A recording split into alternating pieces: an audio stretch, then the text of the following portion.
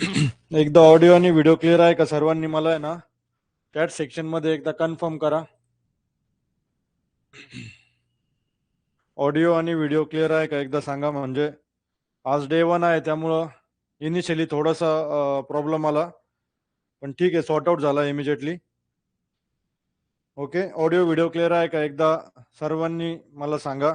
आता बरेच जे विद्यार्थी आहेत ग्रामीण भागामधनं किंवा जिथे इंटरनेट कनेक्टिव्हिटी चांगली नाही आहे, ओके, अशा ठिकाणी अटेंड करताय, तर त्यांना ऑब्व्हियसली स्ट्रीमिंगचा इश्यू येऊ शकतो. जसं नॉर्मल आपण यूट्यूबचे लाईव्ह व्हिडिओज वगैरे बघतो किंवा लाईव्ह सेशन्स बघतो, तर बऱ्याच वेळेस आपल्याला स्ट्रीमिंगचा इश्यू येतो. ओके, तर इंटरनेट कनेक्टिव्हिटी जी आहे तुमची ती एकदम स्टेबल पाहिजे. ब्रॉडबँड असलेलं तर अतिउत्तम. ओके,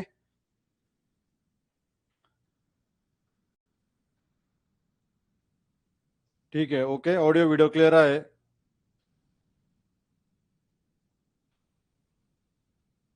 दुसरी एक गोष्ट अजून विचारायची आहे तुम्हाला.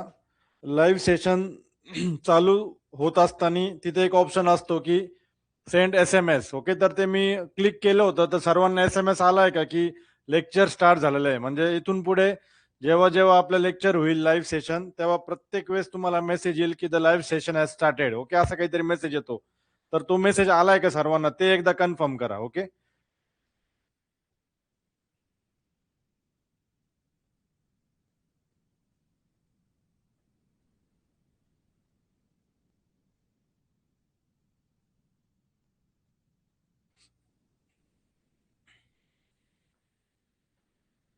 परत तिथे सुद्धा नेटवर्कचा इश्यू येऊ शकतो. बऱ्याच विद्यार्थ्यांना मेसेज येणार नाही, म्हणजे मॅक्झिमम विद्यार्थ्यांना येईल, पण काही विद्यार्थ्यांना येणार नाही नेटवर्क इश्यूमुळे. ओके, पण मॅक्झिमम बघा, जेवढे मेसेजेस बघतोय मी, मॅक्झिमम विद्यार्थ्यांना मेसेज आलेला आहे की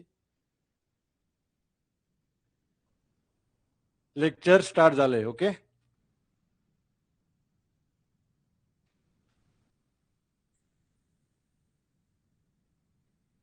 क्लास प्लस ऍप कडनं नोटिफिकेशन सुद्धा येतं की लाईव्ह सेशन.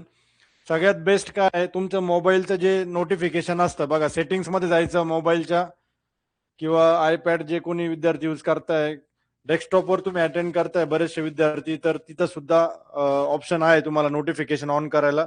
पण मोबाईल किंवा टॅबमध्ये जर असेल तर सेटिंग्समध्ये जा तुम्ही, तिथे नोटिफिकेशन आहे. आणि मिशन आय एस अकॅडमीसाठी जे नोटिफिकेशन्स आहेत, ओके, ते ऑन करून ठेवा. बऱ्याचशा वेळेस आपण काय करतो, इतर बरेचसे जे प्रमोशनल ऍप्स आहेत जसं की ओला, उबेर, झोमॅटो वगैरे, हे सगळे ऍप्लिकेशनचे नोटिफिकेशन येत असतात, तर आपण ते काय करतो, ऑफ करतो. तर मिशन आय एस अकॅडमीसाठी तुम्ही हे करा, एकदा काय करा, नोटिफिकेशन ऑन करून ठेवा.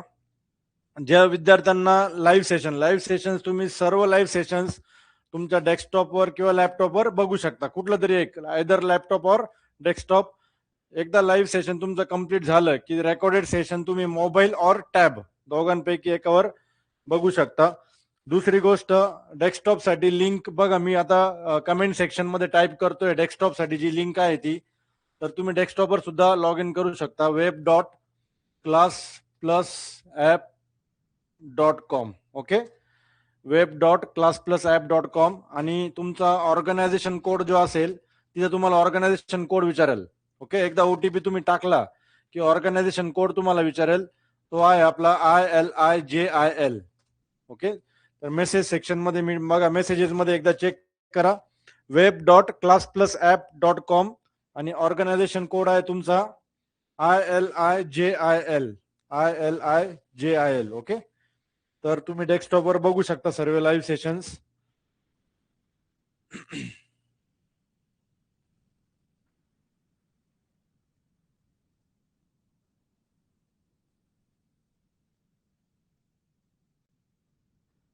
तर बघा, आता इनिशियली थोडंसं मी तुम्हाला गाईड करणार आहे मेन्ससाठी. त्यानंतर आपला जो सब्जेक्ट आहे थर्मोडायनेमिक्स आपण चालू करणार आहोत आजपासून. थर्मोडायनेमिक्सच का सिलेक्ट केला, तर त्यासाठी खूप मोठं रिझन आहे. थर्मोडायनेमिक्सवर डिपेंडंट जे सब्जेक्ट्स आहेत आपले मेकॅनिकलचे, एकदा आपले बेसिक्स कंप्लीट झाले, थर्मोडायनेमिक्स एकदा कंप्लीट झाला, आणि स्वतः थर्मोडायनेमिक्सवर भरपूर क्वेश्चन्स तुम्हाला मेन्समध्ये बघायला भेटतात. एकदा थर्मोडायनेमिक्स कंप्लीट झाला, तर थर्मोडायनेमिक रिलेटेड जे पण काही सब्जेक्ट्स आहेत त्याच्यामध्ये पॉवर प्लांट इंजिनिअरिंग आलं, त्यानंतर तुमचं रेफ्रिजरेशन आणि एअर कंडिशनिंगचा पार्ट आला.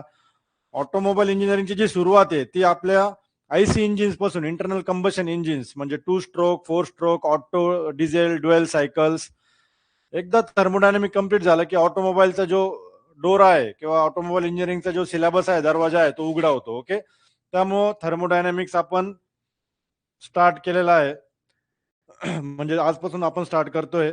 आता बघा, मेन्स साठी तुम्हाला सांगतोय की बॅच कशा पद्धतीने होणार आहे. दुसरी गोष्ट, तुमचा बघा 100% नाही, 1000% मी माझ्याकडनं देणार आहे तुमच्या सर्वांसाठी. पूर्ण म्हणजे पूर्ण डेडिकेशनने आपला सिलेबस आपण व्यवस्थित कम्प्लीट करणार आहोत. इन डेप्थ कम्प्लीट करणार आहोत. बऱ्याचशा वेळेस तुम्हाला असं वाटेल की सर इतकं डीप मध्ये का जात आहे किंवा इतकं स्लो का जात आहे. ओके, पण कुठलीही एक्झाम क्रॅक करण्यासाठी जर त्या सब्जेक्टचे तुमचे कन्सेप्ट जर क्लिअर नसतील तर स्टडी करून काही फायदा नाही, हे लक्षात घ्या. ओके, सगळ्यात इम्पॉर्टंट काय बघा, कन्सेप्ट. आरटीओ, एमव्हीएमएन्स, एकदा तुमचे कुठल्याही सब्जेक्टचे कन्सेप्ट एकदा क्लिअर झाले, एकदम क्रिस्टल क्लिअर, म्हणजे काहीच डाऊट नाही त्या सब्जेक्ट रिलेटेड, आणि पूर्ण मेकॅनिकल इंजिनिअरिंग सगळे सब्जेक्ट एकमेकाला कनेक्टेड आहेत. भले तुम्ही 4 वर्ष वेगवेगळ्या सेमिस्टर्सला वेगवेगळे सब्जेक्ट शिकलात, तुम्हाला वाटत असेल की सॉम वेगळा आहे, टॉम वेगळा आहे, थर्मोडायनामिक्स डिफरंट आहे, फ्लुइड मेकॅनिक्स वेगळा आहे, सगळे सब्जेक्ट एकमेकाला इंटरकनेक्टेड आहे. आणि मेकॅनिकल इंजिनिअरिंग शिकण्यासारखी जी मजा आहे ती कशातच नाही. इतका कन्सेप्च्युअल आणि इतका इझी आहे. आरटीओ एम मेन्सचा पेपर सुद्धा खूप खूप इझी असतो, हे लक्षात घ्या. त्यामुळं डे वन पासून कुठलीही भीती मनात बाळगायची नाही की खूप टफ आहे, टेक्निकल आहे, 4 वर्ष गॅप पडलेला आहे, 8 वर्ष गॅप पडला आहे, 10 वर्ष गॅप पडलेला आहे, आणि मग मला जमेल का. ओके, तुम्ही जर तुमचे कन्सेप्ट एकदम प्रॉपरली क्लिअर केले, जे की या क्लासमध्ये होणार आहे. बऱ्याच विद्यार्थ्यांना डाऊट आहे की सर क्लास अटेंड केल्यानंतर कुठला रेफरन्स किंवा जे मोठे मोठे ठोकळे होते आपले मेकॅनिकल इंजिनिअरिंगचे जे स्टँडर्ड रेफरन्स बुक्स आहे ते रेफर करायची गरज आहे. तर रेफर करायची अजिबात गरज नाहीये.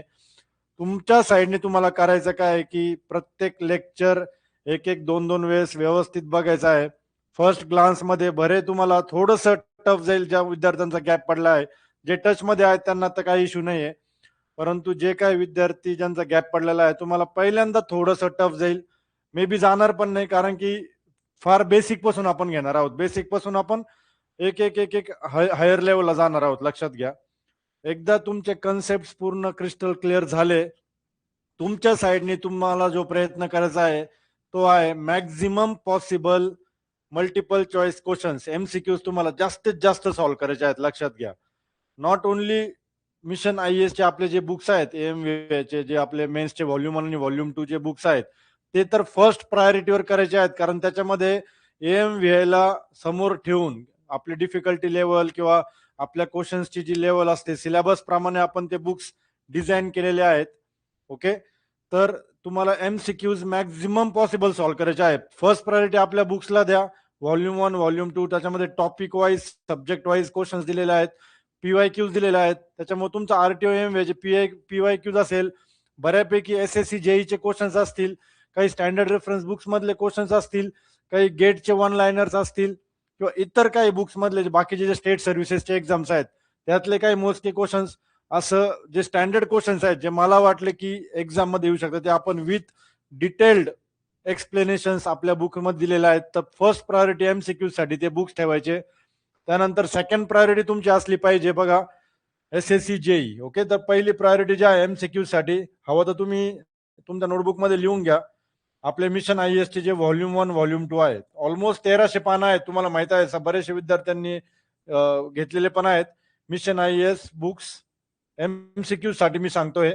बाकी थेरी पार्ट साठी, कन्सेप्ट साठी आपल्या नोट्स सोडून इतर कुठेही तुम्हाला जायची गरज नाहीये. कुठलाही रेफरन्स उचलू नका. आता टाइम नाही तो की तुम्ही रेफरन्स घेतला आणि मग वाचत बसला. ओके, कमेंट सेक्शन बघा, मला आता मी बघत नाहीये. ओके, कमेंट सेक्शन्स मी बघत नाहीये.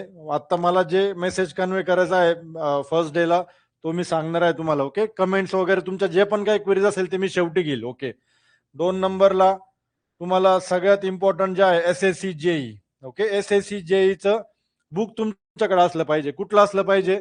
कुठलंही घ्या. IAS मास्टरचं घ्या किंवा मग तुमचं मेडिजीचं घेतलं तरी चालेल, no problem. SSC JEE previous 10 to 15 इयर्सचे क्वेश्चन्स तुम्हाला सॉल्व्ह करायचे आहे. हे दोन्ही झाल्यानंतर तिसरी प्रायोरिटी तुमची राहील. आता बघा, मिशन IAS बुक्स म्हणलं की याच्यामध्ये तुमचे ऑलरेडी PYQs कव्हर होतात, काही SSC JEE पण कव्हर होतात, काही स्टेट सर्व्हिसेसचे कव्हर होतात.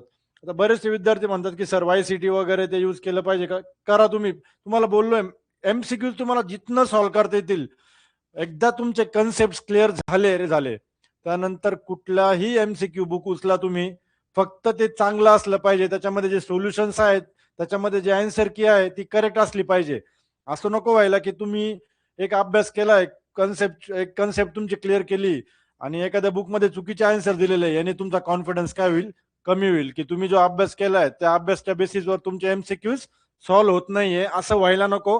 म्हणून SSC JEE सुद्धा जे बुक आहे ते मेडिजीचं तुम्ही यूज करा. ऑलमोस्ट 99% अॅक्युरेसी आहे, चांगलं बुक आहे. ओके, SSC JEE मेडिजी, मी इथं लिहितो मेडिजी.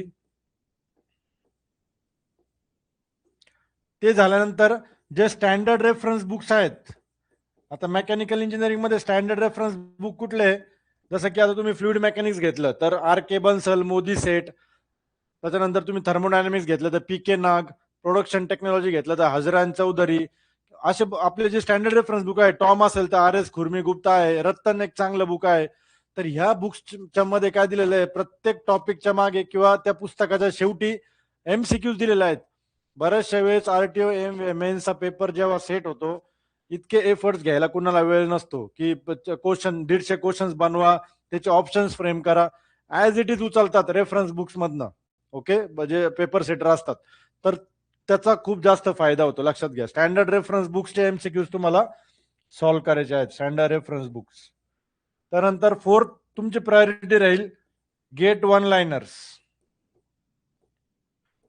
आता गेट तुम्हाला माहिती आहे, बऱ्याच विद्यार्थ्यांनी गेट दिलेली पण असेल, काही विद्यार्थ्यांनी दिलेली नाहीये. गेट मोस्टली न्यूमरिकल फोकस्ड किंवा न्यूमरिकल बेस्ड एक्झाम आहे. मॅक्झिमम न्यूमरिकल्सच असतात, म्हणजे 70 मार्क्स साठी टेक्निकल त्या ठिकाणी विचारलं जातं गेटमध्ये. राहिलेले 30 मार्क्स ऍप्टिट्यूड, रिझनिंग जे पण काय असेल, इंग्लिश वगैरे. पण 70 मार्क्सचं जे टेक्निकल आहे गेटमध्ये मेकॅनिकल, तर 70 पैकी ऑलमोस्ट 50 to 55 मार्क्स हे न्यूमरिकल असतात. तिथं आपल्याला फोकस करायचं नाही. पण दरवर्षी जे 10 to 15 मार्क्स जे थिअरी असते किंवा वन लाइनर क्वेश्चन्स असतात गेटमध्ये, मल्टिपल चॉईस क्वेश्चन्स, ते आपल्याला तिथून करायचे आहे. किती वर्षांचे? मागचे 10 to 15 years. Okay, 10 to 15 years. ह्याच्यासाठी सुद्धा कुठलं बुक यूज करणार तुम्ही? मेडिजी. 10 to 15 इयर्स मेडिजी यूज करायचं. ओके. त्यानंतर फिफ्थ तुमचा राहील एकदम last, ESE, engineering services examination prelims. Prelims मध्ये, कारण मेन्स जी असते ESE ची ती डिस्क्रिप्टिव्ह असते, प्रिलिम्स ही ऑब्जेक्टिव्ह पॅटर्न असतो. आणि प्रिलिम्स मध्ये सेम व्हॉल्यूम 1 व्हॉल्यूम 2 चे बुक्स आहेत मेडिजीचे, किंवा मग तिथं तुम्ही याचे पण यूज करू शकता, IAS मास्टरचे, दोन्ही चांगले. तर प्रिलिम्सचे जे आहेत, टेक्निकलचे जे बुक्स आहेत ते तुम्ही करू शकता टेक्निकल, पण हे शेवटी.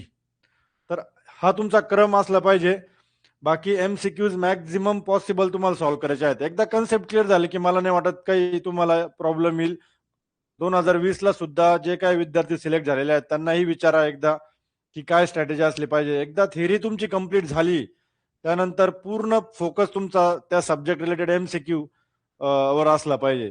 आता सब्जेक्ट पण कसे कम्प्लीट करणार तुम्ही? फॉर एक्झाम्पल, क्लासमध्ये आपला थर्मोडायनेमिक्स कम्प्लीट झालाय. ओके, आपण असं कन्सिडर करू की आपला थर्मोडायनेमिक्स कम्प्लीट झालेला आहे पूर्ण. ओके, तर डेली बेसिसवर करायचं का? नाही, डेली बेसिसवर नाही करायचं. पूर्ण सब्जेक्ट कम्प्लीट होऊ द्यायचा. पूर्ण सब्जेक्ट कम्प्लीट झाल्यानंतर तो तुमचाच कम्प्लीट झालेला पाहिजे, तुमचे कन्सेप्ट क्लिअर झालेले पाहिजे, तुमची रिव्हिजन एकदा तरी झालेली पाहिजे, पूर्ण गो थ्रू करायचं पूर्ण सब्जेक्टला. तुमच्या शॉर्ट नोट्स रेडी झालेले पाहिजे. सगळ्यात इम्पॉर्टंट जे आहे, सगळ्यात फर्स्ट प्रायोरिटी असली पाहिजे तुमची शॉर्ट नोट्स. शॉर्ट नोट्स म्हणजे काय? आता मी तर तुम्हाला थर्मोडायनेमिक्स शिकवेल, बरेचसे सब्जेक्ट तुम्हाला मी थेरी नोट्स देऊन टाकल, काय प्रॉब्लेम नाहीये. आपले नोट्स पण रेडी होत आहे आणि बरेचसे सब्जेक्टचे रेडी पण आहेत. काही काही नवीन जे टॉपिक्स आहेत किंवा नवीन सब्जेक्ट्स आहेत त्याचे आपण करतोय रेडी, मार्च पर्यंत ते रेडी होतील.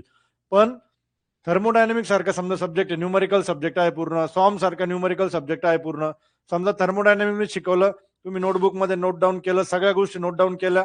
अराउंड फॉर एक्झाम्पल तुमचे जे पेजेस भरले ते अराउंड भरले 300 to 350 पेजेस. आता प्रत्येक वेळेस जेव्हा तुम्ही रिवाइज कराल, प्रत्येक वेळेस तुम्हाला जेव्हा थर्मोडायनेमिक्सची रिव्हिजन करायची आहे, तर 300-350 पेजेस नाही उघडू शकत तुम्ही. प्रत्येक वेळेस 300-350 पेजेस रिवाइज करू शकता का? नाही करू शकत. असं ॲज्युम करा की एक्झाम आता 15 दिवसावर आली आहे किंवा 1 महिन्यावर तुमची एक्झाम आहे मेन्सची. तर प्रत्येक वेळेस हे फिजिबल नाहीये किंवा तुम्हाला टेन्शन येऊन जाईल की आता काय करू? थर्मोड करू की सॉम करू की ऑटोमोबाईल करू की काय करू एक्झॅक्टली? तर हे जे 300-350 पेजेस आहेत थर्मोडायनामिक्सचे, ह्याचे तुम्हाला शॉर्ट नोट्स बनवायचे आहेत. ओके. शॉर्ट नोट्स म्हणजे काय की परत सगळं नाही उतरवत बसायचं. प्रत्येक गोष्ट तुम्हाला इम्पॉर्टंट वाटेल नाही. की डेफिनेशन्स, की फक्त फॉर्म्युलेस इथं बऱ्याचशा वेळेस मी डेरिव्हेशन वगैरे देऊन तुम्हाला समजून सांगेल, जेणेकरून तुम्हाला अजून अंडरस्टँडिंग तुमचं चांगलं होईल. पण तुम्हाला शॉर्ट नोट्समध्ये फक्त डेफिनेशन्स, शॉर्ट नोट्समध्ये फक्त जे कीवर्ड्स आहेत, जसं की आता मी तुम्हाला सांगेल, जसं जसं मी शिकवणार तसं तसं मी तुम्हाला इनिशियली सांगेल की शॉर्ट नोट्स बनवायची टेक्निक कशी आहे. जसं की फर्स्ट लॉ ऑफ थर्मोडायनेमिक्स आहे, खूप मोठा आहे, 20-25 pages first law of thermodynamics. मग त्या 20-25 पेजेसला 1 to 2 पेजेसमध्ये कसं तुम्ही कन्फाईन कराल किंवा कसं त्याला बसवाल, जेणेकरून तुम्हाला रिव्हिजनला इझी होईल, ते मी तुम्हाला सांगेल वेळोवेळी. ओके. तर शॉर्ट नोट्स तुमच्या या 300-350 पेजेसच्या थर्मोडायनेमिक्सच्या त्या तुमच्या झाल्या पाहिजे ऑलमोस्ट 25 to 30 पेजेस, म्हणजे 1/10 डायरेक्टली. किती? 25 to 30 पेजेस. म्हणजे प्रत्येक वेळेस जेव्हा तुम्ही थर्मोडायनेमिक्सचे रिव्हिजन कराल, प्रत्येक वेळेस हे 25 to 30 पेजेस तुमच्याकडे असले पाहिजे. प्लस एक्स्ट्रा 5 पेजेस असतील तुमच्याकडे, हे ब्लँक असतील, ब्लँक पेजेस असतील. हे ब्लँक का ब्लँक? कारण की जेव्हा तुम्ही एमसीक्यूजची प्रॅक्टिस कराल, एमसीक्यूजची प्रॅक्टिस करता करता जर तुम्हाला असं वाटलं की ठीक आहे, पहिले पहिले 10 एमसीक्यूज तुम्ही सॉल्व्ह केले, खूपच इझी आहे, काही प्रॉब्लेम नाही, एकदम इझिली तुम्हाला कधी निम्म्या रात्री जरी उठवलं तरी तुम्हाला तो एमसीक्यू सॉल्व्ह करता येईल. पण एखादा एमसीक्यू तुम्हाला असं वाटेल की नाही, हा काहीतरी वेगळा आहे एमसीक्यू, म्हणजे बाकीचे जे एमसीक्यूज मी सॉल्व्ह केले आतापर्यंत, ह्या एमसीक्यू मध्ये किंवा हा जो न्यूमरिकल आहे, ठीक आहे स्ट्रेट फॉरवर्ड आहे, पण काहीतरी ट्विस्ट आहे या न्यूमरिकल मध्ये. तर तो न्यूमरिकल किंवा ती थेरी रिलेटेड जो काही एमसीक्यू असेल, तो ह्या 5 ब्लँक पेजेस मध्ये जितके काही एमसीक्यूज होतील हे याच्यामध्ये इन्क्लूड करायचे आहेत. ओके. आणि एमसीक्यू सॉल्व्ह कसे करायचे हे पण लक्षात घ्या. फॉर एक्झाम्पल, पहिला चॅप्टर घेतला तुम्ही, बेसिक्स ऑफ थर्मोडायनेमिक्स, ह्याच्यावर तुम्ही एमसीक्यू सॉल्व्ह करताय. एखादा बुक तुम्ही घेतलं, त्या बुकमध्ये फॉर एक्झाम्पल 60 एमसीक्यूज आहेत. किती? 60. किती एमसीक्यूज आहेत? 60. टाइम लावायचा. जनरली आरटीओ मेन्ससाठी टाइमचं प्रॉब्लेम येत नाही, लक्षात घ्या. कारण मला असं वाटतं 1.5 तास जो आहे तो मोर दॅन सफिशियंट आहे. थेरी पेपर असतो, हार्डली 6 to 7 न्यूमरिकल्स असतात. जे काही न्यूमरिकल्स असतात ते पण सिम्पल फॉर्म्युला सबस्टिट्यूशनचे न्यूमरिकल्स असतात, त्यामुळे तुम्हाला इश्यू येणार नाही टाइम रिलेटेड. पण तरी 60 एमसीक्यूज घेतले. ओके. 30 मिनिट्सचा टाइम घेतला तुम्ही, कमी टाइम घ्यायचा मुद्दामून. 30 मिनिट्सचा टाइम घेतला, 30 मिनिट्समध्ये टायमर लावला आणि एमसीक्यूज तुम्ही सॉल्व्ह करायला चालू केलं. पहिल्या ट्राय मध्ये 60 पैकी तुमचे पहिल्या ट्राय मध्ये फॉर एक्झाम्पल 50 एमसीक्यूज करेक्ट सुटले, एकदम करेक्ट. आणि 10 एमसीक्यूज पैकी 5 एमसीक्यूज असे होते जे तुम्ही अभ्यास केलेला आहे, परंतु त्या पॉइंटला तुम्हाला आठवलं नाही. ओके. एमसीक्यू सॉल्व्ह करण्याची हीच टेक्निक आहे. बरेचसे विद्यार्थी काय करतात की मागे आन्सर की ओपन करून ठेवतात. हा, मग पहिल्याच आन्सर ठीक आहे आलं, दुसऱ्याच येत नाही, लगेच दुसऱ्याचा आन्सर बघतात. हा ठीक आहे, this is not the right way. हे लक्षात घ्या. प्रत्येक वेळेस एमसीक्यूची प्रॅक्टिस जेव्हा तुम्ही कराल, जे काय फॉर एक्झाम्पल 60 एमसीक्यूज हे टाइम लावून, प्रत्येक वेळेस एमसीक्यूज टाइम लावूनच सॉल्व्ह करायचे. स्वतः आधी ट्राय करायचं, जर नाही आलं तर मग आन्सर की आणि त्याचं जे काय रिलेटेड एक्सप्लेनेशन आहे ते बघायचं. लक्षात घ्या. आता 50 एमसीक्यूज तुम्हाला फर्स्ट ट्राय मध्येच जमले, काही प्रॉब्लेम आला नाही. 10 पैकी 5 एमसीक्यूज असे होते की जिथं तुमचा स्टडी झालेला होता, परंतु त्या मोमेंटला तुम्हाला आठवले नाही. ओके. तर इमिजिएटली काय करायचं, ते टेस्ट झाल्यानंतर आधी हे रिवाइज करून घ्यायचे 5 एमसीक्यूज, की तुम्हाला ती गोष्ट काय झाली त्यावेळेस त्या पॉइंटला आठवली नाही. ओके. असं जेव्हा कराल तुम्ही, हे 5 एमसीक्यूजचे जे 5 कन्सेप्ट आहेत, जेव्हा तुम्ही तुमच्या शॉर्ट नोट्स मध्ये बघाल, जर इन्क्लूड नसेल शॉर्ट नोट्स मध्ये तर इमिजिएटली ते इन्क्लूड करून घ्यायचं की हा, हे काहीतरी वेगळं आहे हे. आणि 5 एमसीक्यूज असे मिळाले तुम्हाला जे कम्प्लिटली न्यू आहे, म्हणजे ते तुमच्या ह्या 300-350 पेजेस मध्ये सुद्धा तुम्ही कधी कधी कुठं बघितलं नाही, किंवा इथं या 25-30 पेजेसचे जे शॉर्ट नोट्स आहेत तिथे सुद्धा तुम्ही लिहिलेलं नाहीये. तर हे 5 MCQs जे आहेत, याच्यामध्ये काही डाऊट असेल तुम्हाला, इमिजिएटली मला व्हॉट्सअप करायचं, मेसेज करायचा आपल्या मिशन आयच्या व्हॉट्सअपवर, सर ही कन्सेप्ट काय आहे, किंवा याचा आन्सर काय आहे आणि याचा आन्सर असंच काय आहे. मी तुम्हाला रिप्लाय देणार. आपण डाऊट सेशन सुद्धा ठेवणार आहोत, पण ते शेवटी असतील जेव्हा सगळ्यांचा अभ्यास होईल व्यवस्थितपणे, जेव्हा तो सब्जेक्ट पूर्ण होईल, मग डाऊट सेशन ठेवण्यात मजा आहे. लगेच एक एक लेक्चर नंतर एक टॉपिक नंतर डाऊट सेशन घेऊन काही फायदा नाही. प्रत्येक सब्जेक्टचं डाऊट सेशन शेवटी होईल, ज्याच्यामध्ये तुमचे पूर्ण प्रॉपर रिव्हिजन झालेलं असेल, तुम्हाला रिव्हिजनला सफिशियंट टाइम दिला जाईल प्रत्येक सब्जेक्टला. मग हे 5 MCQs काय करायचे, हे जे ब्लँक पेजेस होते तुमचे 5, त्याच्यामध्ये लगेच इन्क्लूड करून घ्यायचे विथ आन्सर. आणि जेव्हा प्रत्येक वेळेस तुम्ही रिवाइज कराल शॉर्ट नोट्स, तर हे सुद्धा रिवाइज होतील. हे रिवाइज करायची गरज नाही. का नाही करायची रिवाइज? कारण हे तुम्हाला पहिल्या ट्राय मध्ये जमले. जर तेव्हा जमले तर एक्झाम मध्ये सुद्धा त्या रिलेटेड जर काही आलं किंवा त्यातले काही आले MCQs, ते तुम्हाला 100% जमणार आहेत. त्यात काही डाऊट नाही. ओके. आणि हे जे 5 MCQs होते जे टफ होते, याची रिव्हिजन तुम्ही ऑलरेडी केली आहे, ते तुम्ही कधी विसरूच शकत नाही. So this is the right way to solve the MCQs. ही प्रॉपर पद्धत आहे, लक्षात घ्या. आता शॉर्ट नोट्सचा जो एक्सपिरियन्स आहे, जसं जसं आपण पुढे जाऊ तसं तुम्हाला एक्सपिरियन्स येईल की काय महत्वाचं आहे. सगळं महत्वाचं आहे तसं बघितलं तर सगळ्या कॉन्सेप्ट इम्पॉर्टंट आहे, पण त्यातल्या त्यात एक्झाम काय डिमांड करते, किंवा कुठला जो सिलेबस आहे त्याच्यामध्ये स्कोप, जो सिलेबस आपण बघतो, सिलेबसचा जो स्कोप आहे, कुठल्या टॉपिकला किती डेप्थ मध्ये करायचं, किंवा कुठल्या टॉपिकला किती वरच्यावर केलं पाहिजे, हे तुम्हाला आता कळेल. मी सांगेल तुम्हाला प्रत्येक सब्जेक्ट वाईज. तर हे झालं तुमचं MCQ रिलेटेड. असं प्रत्येक सब्जेक्ट जेव्हा तुम्ही कम्प्लीट करत जाल, ओके. दुसरी एक गोष्ट, रिव्हिजन्स. रिव्हिजन्स फॉर एक्झाम्पल, आता थर्मोडायनामिक्स कम्प्लीट झालाय आपला. पुढे आपण फॉर एक्झाम्पल सॉम स्टार्ट केला, ओके, किंवा FM आपण स्टार्ट केला. आता सॉम केला चालू आपण, तर थर्मोडायनामिक्सला विसरून जायचं का पूर्ण? तर नाही. सॉम जर तुम्ही फुल टाइम स्टडी करताय, फॉर एक्झाम्पल 12 आवर्सचा तुमचा स्टडी आहे, आणि फॉर एक्झाम्पल 3 आवर्स तुमचा क्लास होतोय, 14 to 15 आवर्स तुमचं झालंच पाहिजे. 10 आवर्स पकड तुम्ही, तर 10 आवर्स तुम्ही स्वतः स्टडी करताय आणि 3 आवर्स क्लास अटेंड करताय. तर या 10 आवर्स मध्ये जो एक्झिस्टिंग सब्जेक्ट आहे तो किती केला पाहिजे तुम्ही? 5 आवर्स. एक्झिस्टिंग सब्जेक्ट किती? 5 आवर्स. आणि राहिलेले 5 आवर्स जो जुना सब्जेक्ट आहे थर्मोडायनामिक्स, तो केला पाहिजे. लक्षात घ्या. ओके.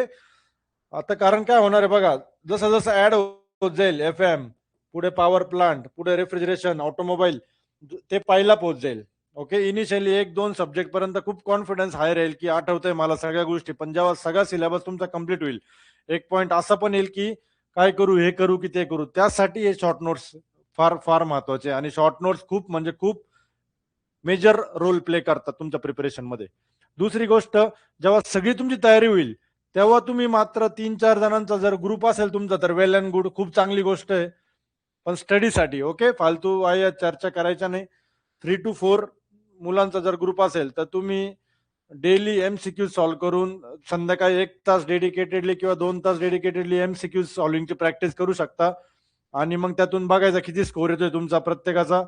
आणि मग त्यामध्ये जे MCQ जमले नाही ते तुम्ही समजा पहिल्या पर्सनला 4-5 MCQ जमले नाहीत, मग तो दुसऱ्यांना विचारेल. असं जर ग्रुप डिस्कशन जर केलं, तर बऱ्याचशा कन्सेप्ट किंवा बऱ्याचशा गोष्टी असं वाटतं की ज्या आपल्या मिसिंग आहे त्या काय होतात, क्लिअर होतात. ओके. तर अशा पद्धतीने प्रत्येक सब्जेक्टचं तुम्हाला काय करायचं आहे, आता प्रत्येक सब्जेक्ट वाईज तुम्हाला प्रिपरेशन चालू करायचं आहे. ही मेथड आहे preparation related, MCQ solving related. Revisions बद्दल आता वेळोवेळी तुम्हाला मी पूर्ण मोटिवेटेड ठेवल, त्याबद्दल एकदम निश्चिंत राहा सर्वांनी. प्रत्येक सब्जेक्ट शेवटपर्यंत तुमचं मोराल असेल किंवा तुमचं जे हे आहे, पण सेल्फ मोटिवेटेड राहा या पूर्ण जर्नीमध्ये.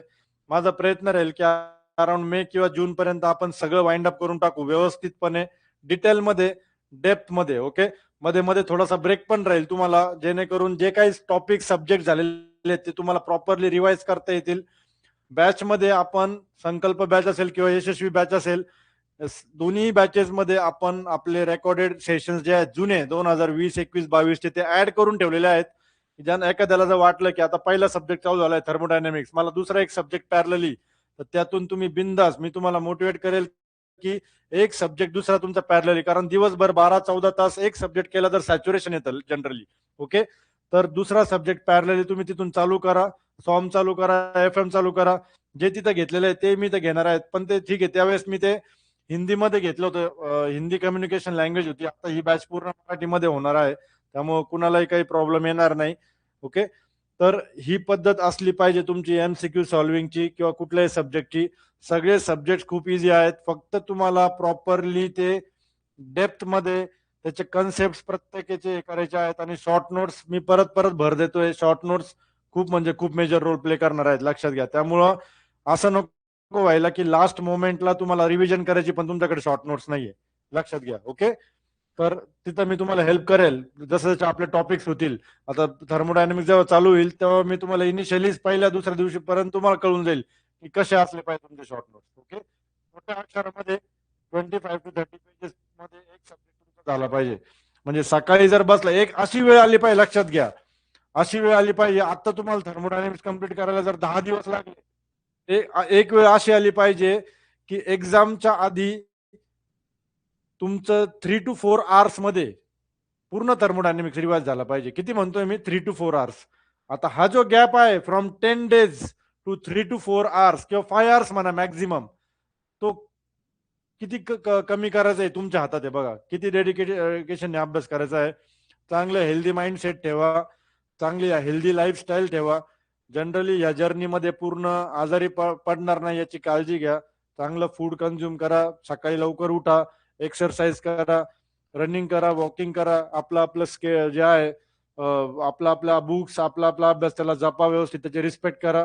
सकाळी बसलात 7, 7:30, 8ला अभ्यास झाला तर दुपार 1, 2 वाजेपर्यंत दुपारी जेवण वगैरे केलं, थोडीशी झोप घेतली, अर्धा पाऊण तास 1 तास पॉवर नॅप, परत बसायचं एक 5, 6 वाजेपर्यंत. संध्याकाळी क्लास राहील, क्लास अटेंड करायचा व्यवस्थित. क्लासचे टायमिंग बघा. इनिशियली जरी संध्याकाळी असेल तरी माझा प्रयत्न आहे, बरेचसे विद्यार्थ्यांना सॅटर्डे संडे सुद्धा सुट्टी असते. सॅटर्डे संडे आपण मे बी एक्सटेंड करू शकतो, जास्त वेळ घेऊ शकतो क्लासेस, जेणेकरून आपला सिलेबस पण व्यवस्थित डीप मध्ये कम्प्लीट होईल. कुठेही सिलेबस मध्ये आपण कुठलाही शॉर्टकट मारणार नाहीये, सगळं प्रॉपरली कम्प्लीट करणार आहोत. ओके. तर काही डाऊट्स असेल तुमचे दादा तुम्ही विचारू शकता. ओके. चॅट सेक्शन मध्ये 1 by 1. कॉन्सेप्ट सुद्धा मराठीमध्येच होतील सर्व, पण जे टेक्निकल टर्म्स आहेत त्या तर ऑब्व्हियसली इंग्लिशमध्येच बोलणार.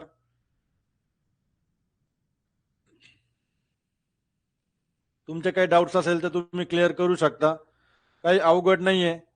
मेन्स क्रॅक करणं म्हणजे काय फार रॉकेट सायन्स नाहीये. इझी पेपर असतो, स्ट्रेट फॉरवर्ड क्वेश्चन्स असतात, त्यामुळे कुणालाही घाबरायची गरज नाही, लक्षात घ्या. ओके. जरी गॅप पडला असेल तुमचा, तुम्ही राज्यसेवेची गट ब गट क ग्रुप बी ग्रुप सी ची तयारी करताय मागच्या 4, 5 वर्षापासून, 8 वर्षापासून, अजिबात काही घाबरायची गरज नाहीये.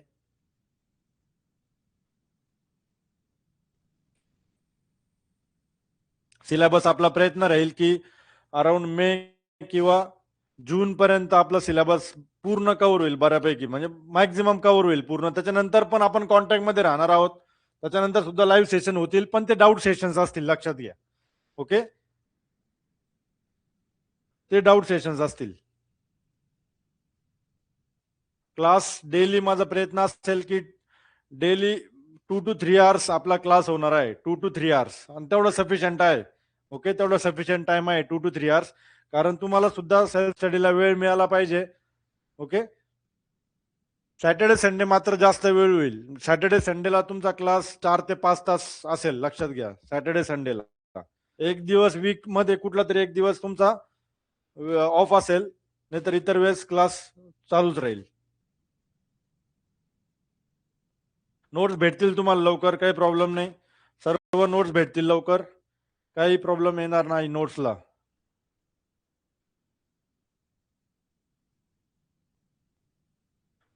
प्रिलिम्स नंतर मेन्सचा अभ्यास बघा, त्यावेळेस मग थोडंसं तुम्हाला जास्त डेडिकेशन करावं लागेल.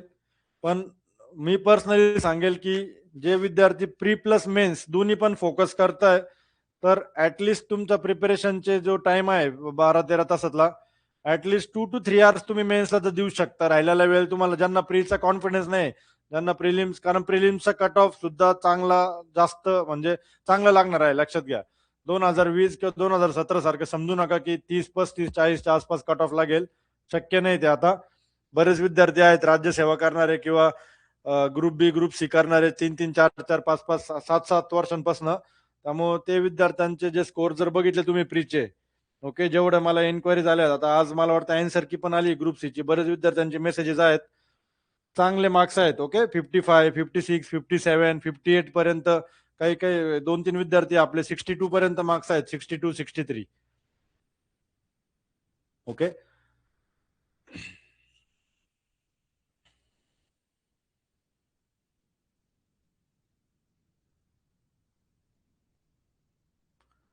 तर सगळं आपलं कव्हर होईल. दुसरी एक गोष्ट सगळ्यात इम्पॉर्टंट जी सांगायची राहिली आहे, सगळ्यात म्हणजे सगळ्यात इम्पॉर्टंट, बऱ्याच विद्यार्थ्यांचा भर आहे sir printed notes, printed notes. काय मला सांगा, प्रिंटेड नोट्स मध्ये काय तुम्हाला प्रिंटेड नोट्स सिलेक्शन भेटणार आहे? आहे मार्केटमध्ये बघा, भरपूर आहे प्रिंटेड नोट्स, इतके अवेलेबल आहेत. तिकडून तिकडून कॉपी पेस्ट केलेल्या बऱ्याचशा अकॅडमीच्या पण आहेत प्रिंटेड नोट्स. तुम्ही बघा, आता प्रिलिम्सचे पण होते बरेचसे प्रिंटेड नोट्स, बुकचे सेट्स वगैरे. काही फायदा नाही, लक्षात घ्या. काही फायदा नाही प्रिंटेड नोट्सच्या. मी पण तुमच्यासारखंच पहिले इकडून गोळा कर, तिकडनं ऑनलाईन गोळा कर, हे कर, काही फायदा होत नाही त्या प्रिंटेड नोट्सचा. थर्ड क्लास एकदम, म्हणजे काही सिलेक्शन दूर दूरपर्यंत तुमचं होणार नाही, मी तुम्हाला पहिले सांगतोय. प्रिंटेड नोट्सनी काही होत नाही. हा, जर प्रिंटेड नोट्स स्वतः अकॅडमीने बनवलेला असेल बसून त्या फॅकल्टीने, जसं की आता आपण प्रोडक्शन इंजिनिअरिंगचे मी तुम्हाला देणार आहे नोट्स, किंवा मग आयसी इंजिनच्या पण आहेत आपल्या प्रिंटेड नोट्स. त्यानंतर तुमचं ऑटोमोबाईल इंजिनिअरिंगचे मी बनवलेले आहेत. त्यानंतर तुमच्या जे आपलं हे आहे, काय मेट्रोलॉजी असेल किंवा इंडस्ट्रियल इंजिनिअरिंगचा जो सिलेबस आहे त्याच्या प्रिंटेड नोट्स, त्या स्वतः मी बसून बनवलेल्या आहेत. मी स्वतः म्हणजे प्रॉपर डीटीपी ऑपरेटर कडनं टाईप करून घेतलेल्या आहेत. हा, त्या नोट्स ठीक आहे, त्या मी तुम्हाला देईल. पण इतर जे न्यूमेरिकल सब्जेक्ट्स आहेत, थर्मोडायनेमिक्स असेल, फ्लुइड मेकॅनिक्स असेल, त्यानंतर सॉम असेल, जिथं मॅक्झिमम इक्वेशन्स अँड फॉर्म्युले तुम्हाला लक्षात ठेवायचे, वाचून अजिबात अभ्यास करू नका. नुसतं वाचून काही होणार नाहीये, तुम्हाला एफर्ट्स घ्यावे लागणार म्हणजे लागणार. मी तुम्हाला पहिलेही बोललो की मी जर माझ्याकडनं 100% दिले तर तुम्हाला 200% तुमच्या साईडने द्यावं लागणार आहे. एक एक फॉर्म्युला 5-5 10-10 वेळेस लिहून काढा. तुमचा गॅप पडलाय ना, तर एफर्ट्स घ्या. पोस्ट पोस्ट तुम्हाला निघायला इझी आहे बघा. हातात असं आहे की तुमच्या तोंडात घास आलेला आहे, तो जाऊ देऊ नका, हे लक्षात घ्या फक्त. ओके, ते जाऊ द्यायचा की नाही हे तुमच्या हातात आहे पूर्णपणे, तुमच्या प्रॅक्टिसवर आहे. माझं काम आहे तर स्टँड अँड डिलिव्हर, पूर्ण मी तुम्हाला कन्सेप्ट सगळ्या डिलिव्हर करेल, तुम्हाला अभ्यास कसा करायचा तो मार्ग दाखवेल, सगळं मी करेल. तुम्हाला करायचं आहे, हे करावं तुम्हाला लागणार आहे, लक्षात घ्या. स्वतःचे हाल झाले तरी चालेल, कम्फर्ट झोनच्या बाहेर यावं लागणार आहे तुम्हाला. हे तुम्ही, हा डिसिजन तुमचा आहे पूर्णपणे. कारण मी नाही मॉनिटर करू शकत प्रत्येक विद्यार्थ्याला की कोण काय करतंय, काय कसं काय करतंय. तुम्हाला मी ऑलरेडी आपल्या चॅनलला पण बरेचसे मेसेजेस टाकलेले आहेत की तुम्हाला कम्फर्ट झोनच्या बाहेर यावं लागेल, तुम्हाला प्रिपरेशन करावं लागेल. ओके. लेक्चर मध्ये जर नोट्स लिहिले तर मी तर म्हणतो त्याच्यापेक्षा बेस्ट काहीच नाही, लक्षात घ्या. मी शिकवतोय, शिकून झाल्यानंतर हवं तर मी मध्ये 2 to 3 मिनिटचा ब्रेक देत जाईल, त्याच्यामध्ये तुम्ही नोट डाऊन करा. काय प्रॉब्लेम आहे तुम्हाला नोट डाऊन करायला? सगळ्यात बेस्ट राहील ते. तुम्ही, कारण तुमच्या एकदा हाताखालून गेलं बघा, एकदा हाताखालून गेलं म्हणजे 2 ते 3 टाइम रिडिंग केल्यासारखं आहे, लक्षात घ्या. रायटिंगचा एवढा फरक पडतो. तुम्ही स्वतः लिहिलेलं असतं, त्या गोष्टी आठवतात, जास्त मेमराईज होतात, लक्षात घ्या. त्यामुळे लेक्चर मध्ये एक टॉपिक झाला तर इमिजिएटली तुम्ही लिहू शकता. असं काही नाही की मी लगेच इमिजिएटली पुढचा टॉपिक चालू करेल. मध्ये टाइम देईल, तुम्ही सगळं लिहून घ्या. कमेंट सेक्शन आहे आपल्याकडे, कमेंट सेक्शन मध्ये सांगू शकता तुम्ही की सर झालंय पूर्ण लिहून. बिंदास सगळं सगळं लिहा पूर्ण. मी तर नोटबुक करा प्रॉपरली, डेडिकेटेडली, एक एक सब्जेक्टला एक एक 200-300 पेजेसची नोटबुक करा. ओके. सगळे सब्जेक्ट मीच घेणार आहे, इतर फॅकल्टीवर आपल्याला विश्वास नाहीये. जितकं जीव तोडून किंवा जितकं कळकळीने मी शिकवतो, मला नाही वाटत कुठली फॅकल्टी ते मॅच करू शकतं. ओके. त्यामुळे सगळे सब्जेक्ट मी स्वतःच घेणार आहे.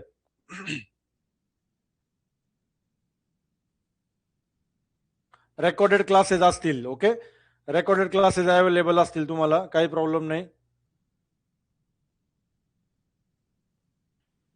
रेफरन्स बुक ऑलरेडी सांगितलंय तुम्हाला, कुठलंही रेफरन्स बुक त्या ठिकाणी रेफर करायची तुम्हाला गरज नाहीये. आपल्या क्लासच्या नोट्स सफिशियंट आहे. मात्र एमसीक्यूज साठी जितके जास्त बुक्स तुम्हाला सॉल्व्ह करता येतील एमसीक्यूज, ते मी तुम्हाला मोटिवेट करेल करण्यासाठी. ओके. जितके मॅक्झिमम पॉसिबल एमसीक्यूज तुम्हाला सॉल्व्ह करता येतील ते तुम्ही करू शकता. वॅकन्सी आता तुम्हाला माहितच आहे, त्याच त्याच गोष्टी आपण बोलण्यात काही पॉईंट नाही आता.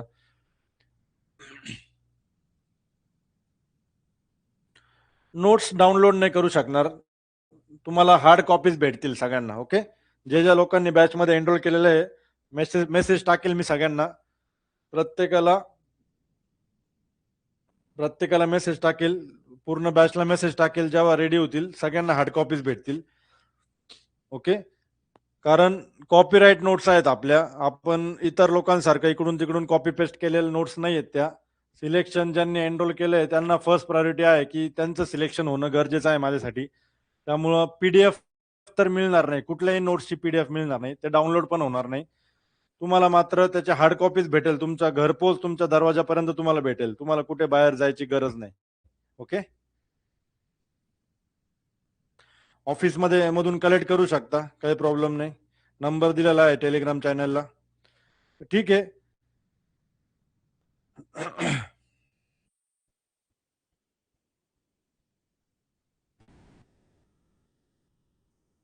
ठीक आहे, चालू करूयात मग.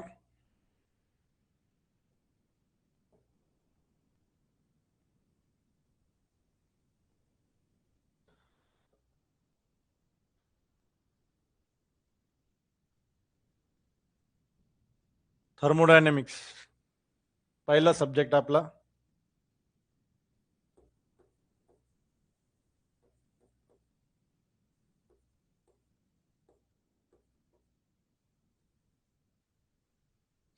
थर्मोडायनेमिक्स बोर्डवर सगळं क्लिअर आहे, सर्वांना दिसतंय व्यवस्थित, विजिबिलिटी क्लिअर आहे.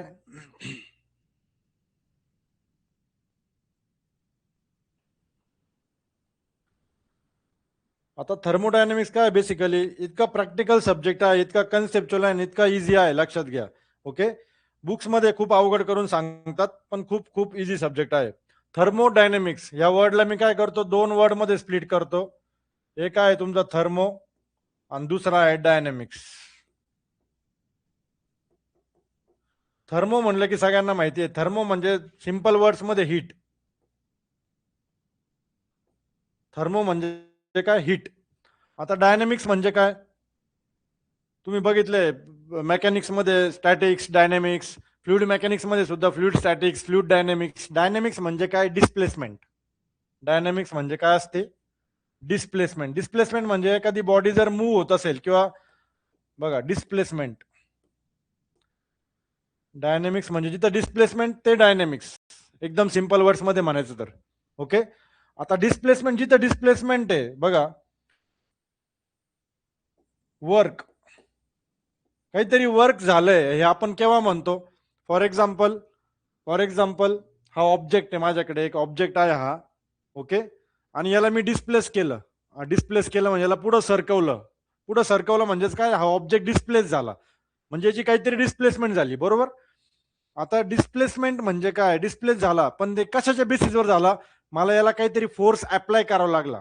ओके, मला काय करावं लागलं, फोर्स अप्लाय करावा लागला. म्हणजे थोडक्यात काय, मी काहीतरी वर्क केलंय, मी काहीतरी काम केलंय, पण ते काम कशाच्या बेसिसवर केलंय, मला काहीतरी फोर्स अप्लाय करावा लागला, आणि त्या फोर्समुळे या ऑब्जेक्टचं काय झालं, डिस्प्लेसमेंट झालं. ओके, म्हणजेच मी काय काहीतरी काहीतरी वर्क केलंय, ते वर्क कसं फाइंड करतो आपण, work is equal to force into displacement.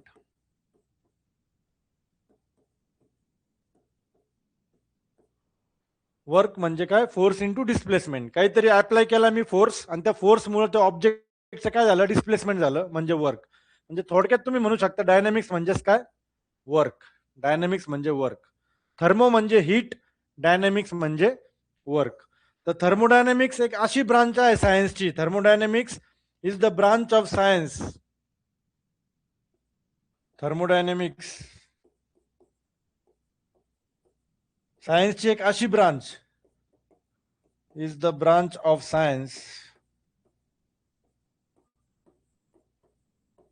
is the branch of science which deals with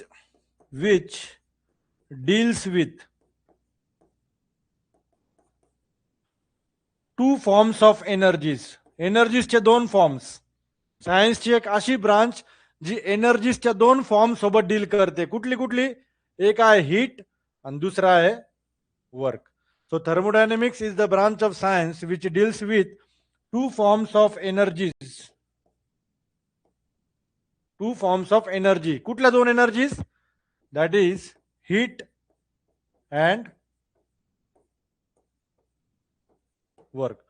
So thermodynamics is the branch of science which deals with two forms of energies, that is heat energy आणि work energy. Okay. आता दुसरी गोष्ट, ह्या energies एकमेकांमध्ये convert होऊ शकता का? म्हणजे तुम्ही हीटचं कन्वर्जन वर्कमध्ये किंवा वर्कचं कन्वर्जन हीटमध्ये करू शकता का? करू शकतो आपण. आता थर्मोडायनेमिक्स म्हणलं की बघा, हीट आणि वर्क सोडून दुसरं काहीच नाही पूर्ण थर्मोडायनेमिक्स मध्ये. आणि थर्मोडायनेमिक रिलेटेड जे पण काही सब्जेक्ट आहेत पुढे, त्याच्यामध्ये सुद्धा हीट आणि वर्कच्या बाहेर आपल्याला जायचंच नाही. दुसऱ्या कुठल्या एनर्जीज बघायच्या नाही आपल्याला. आपल्याला फक्त हीट एनर्जी आणि वर्क एनर्जी एवढ्या दोनच एनर्जी सोबत डील करायचं आहे. आता हीट आणि वर्क, हीटचं कन्वर्जन वर्क मध्ये होऊ शकतं का? यस, होऊ शकतं. एक्झाम्पल्स काय? Conversion of heat into work. तुमची गाडी घ्या, पेट्रोलवर जी गाडी चालते किंवा डिझेलची गाडी चालते, तुमचं पेट्रोल काय होतं गाडीमध्ये? तुम्हाला सर्वांना माहिती आहे, IC engine, internal combustion engine असतं. ते काय करतं? पेट्रोलची जी केमिकल एनर्जी आहे, पेट्रोलकडे कुठली एनर्जी असते? Chemical energy. आणि पेट्रोलला आपण बर्न करतो. बर्न केल्यानंतर ही जी केमिकल एनर्जी ही कशामध्ये कन्वर्ट होती? हीट एनर्जी मध्ये. बरोबर आहे की नाही? आणि ह्या हीट एनर्जीचा यूज करून सिलेंडर मध्ये जो पिस्टन आहे त्याची मुवमेंट होते, up down from top dead centre to bottom dead centre. आणि एकदा पिस्टनची जर मुवमेंट झाली तर पुढे ते सगळं जे मेकॅनिझम आहे, क्रँक असेल, क्रँक शाफ्ट असेल, कनेक्टिंग रॉड असेल, ते सगळं मेकॅनिझमचा यूज करून तुमच्या गाडीचं काय होतं? डिस्प्लेसमेंट होतं. डिस्प्लेसमेंट म्हणजे गाडी तुमची पळते, म्हणजे तुमच्या गाडी काय करते? काहीतरी वर्क करते. म्हणजे बघा, ही हीट एनर्जी यूज करून तुम्ही ती कन्वर्ट करता कशामध्ये? वर्कमध्ये. So that is the example of what? Conversion of heat into work. याचं एक्झाम्पल काय? Any heat engine.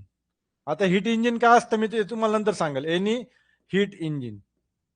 Heat engine एक असं डिव्हाइस आहे, हीट इंजिन काय? एक असं डिव्हाइस आहे जिथे तुम्हाला काय भेटतं? वर्क.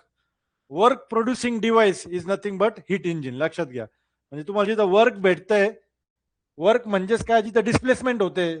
बरोबर? तुमच्या गाडीची डिस्प्लेसमेंट झाली, पण ती कशामुळे झाली? तिथं हीट एनर्जी जी होती पेट्रोलची, त्या हीट एनर्जीच्या बेसिसवर तुम्हाला काय मिळालं? वर्क मिळालं. तर हे एक्झाम्पल आहे कशाचं? Conversion of heat into work. अजून काय काय एक्झाम्पल आहे? आयसी इंजिन, जसं की petrol engine, diesel engine. IC engine ब्रॅकेटमध्ये petrol, diesel engine. Okay, diesel engine. त्यानंतर steam turbine power plant. Steam turbine power plant सगळ्यांना माहिती आहे. स्टीम टर्बाइन पॉवर प्लांट काय असतो? काय असतो स्टीम टर्बाइन पॉवर प्लांट? जिथं आपण वॉटरला कशामध्ये कन्वर्ट करतो? स्टीम मध्ये कन्वर्ट करतो. आणि त्या स्टीमचा वापर करून आपण ते टर्बाइन मध्ये काय करतो? ते ब्लेड्स मूव्ह करतात. आणि मग तिथं तुम्हाला काय होतं? टर्बाइनचे ब्लेड्स मूव्ह झाले म्हणजे तुम्हाला काय मिळालं? डिस्प्लेसमेंट भेटली ना. टर्बाइनचे ब्लेड्स मूव्ह करताय म्हणजे डिस्प्लेसमेंट, म्हणजे परत स्टीमची जी हीट एनर्जी होती ती यूज केली आपण टर्बाइनचे ब्लेड्स मूव्ह करण्यासाठी किंवा टर्बाइनच्या ब्लेड्सच्या डिस्प्लेसमेंटसाठी. So steam turbine power plant. बरोबर. त्यानंतर गॅस टर्बाइन पॉवर प्लांट. हे सगळे एक्झाम्पल्स आहे. आपण आता डिटेलमध्ये बघणार आहोत. पॉवर प्लांट मध्ये आपल्या डिटेलमध्ये आहे स्टीम टर्बाइन, गॅस टर्बाइन. आता फक्त लिहून घ्यायचं आहे गॅस टर्बाइन पॉवर प्लांट. हे सगळे एक्झाम्पल्स कशाचे आहेत? Conversion of heat into work. Conversion of heat into work. आता दुसरं बघूयात आपण. Conversion of work into heat. वर्कचं कन्वर्जन हीट मध्ये. आता या सगळ्या केसेस मध्ये आपण हीटला कन्वर्ट केलंय कशामध्ये? वर्क मध्ये. आता असे एक्झाम्पल्स बघायचे जिथं वर्क आपण हीट मध्ये कन्वर्ट करतो. खूप इझी आहे, एकदम इझी एक्झाम्पल आहे. तुम्ही काय केलं? तुमची व्हेकल जी आहे, गाडी जी आहे तुमची मूव्ह करत होती, म्हणजे ती काहीतरी वर्क होतं, काहीतरी वर्क करत होती तुमची गाडी. आणि अचानक तुम्ही काय केले? ब्रेक्स दाबले.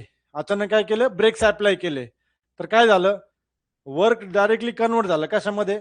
जागेवर गाडी थांबली ना, म्हणजे वर्क किती झालं? म्हणजे डिस्प्लेसमेंट झिरो झालं. डायरेक्ट वर्क किती झालं? झिरो. पण ते वर्क दुसऱ्या फॉर्म मध्ये कन्वर्ट झालं. That is heat. कशामध्ये? हीट मध्ये. ब्रेक्स मध्ये काय असतं? तर फ्रिक्शन पॅड्स असतात. तुम्हाला सर्वांना माहिती आहे, फ्रिक्शन लाइनिंग असते. एकदा तुम्ही ब्रेक अप्लाय केले जे पण काय मोमेंटम होतं गाडीचं किंवा जी काय गाडी ज्या स्पीडनी पळत होती, कायनेटिक एनर्जी जी होती गाडीची, म्हणजेच जे वर्क होतं गाडीचं, ते जागेवर झिरो झालं. पण ते कशात कन्वर्ट झालं? ब्रेक अप्लाय केल्यामुळं तिथं फ्रिक्शन लाईनिंग असते किंवा फ्रिक्शन पॅड्स असतात, ते एकदा अप्लाय केले की ती सगळं कशामध्ये कन्वर्ट झालं? हीटमध्ये. सगळ्यात इझी एक्झाम्पल काय आहे? तुम्ही दोन हात एकमेकाला रब करा. आता मी वर्क करतोय काहीतरी, बरोबर आहे ना, माझी एनर्जी इन्व्हेस्ट होते ना. पण मी जेव्हा वर्क करतोय काहीतरी, ते वर्क कशात कन्वर्ट होतंय बघा, तुम्हाला हिट जाणवेल हातामध्ये. म्हणजे काय? वर्कचं कन्व्हर्जन कशामध्ये? हीटमध्ये. म्हणजे किती इझी बघा. त्यामुळं असं म्हटलं जातं थर्मोडायनिक्समध्ये काय म्हटलं जातं? लक्षात घ्या, एक एक स्टेटमेंट नीट ऐका. थर्मोडायनिक्समध्ये काय म्हटलं जातं? कन्व्हर्जन ऑफ कन्व्हर्जन ऑफ बघा, मी इथं लिहितो. सगळ्यात इम्पॉर्टंट स्टेटमेंट आहे conversion of heat into work. Conversion of heat into work आपण एक्झाम्पल्स बघितले. Is very difficult, but conversion of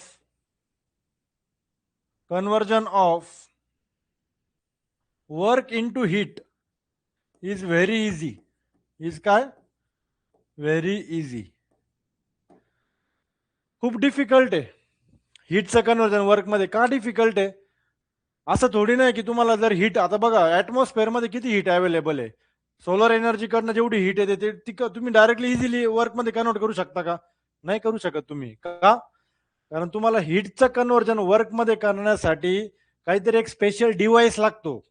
okay, काहीतरी मेकॅनिझम लागतं, काहीतरी मशीन लागतं. तेव्हा जाऊन तुम्ही हीटला वर्कमध्ये कन्वर्ट करू शकता. जसं की पेट्रोल इंजिन आहे, मोटरसायकल आहे, तिथं ते ते फ्युएल बर्न होणार, ती एक प्रॉपर प्रोसेस होणार, ती एक सायकल होणार, ऑटो सायकल.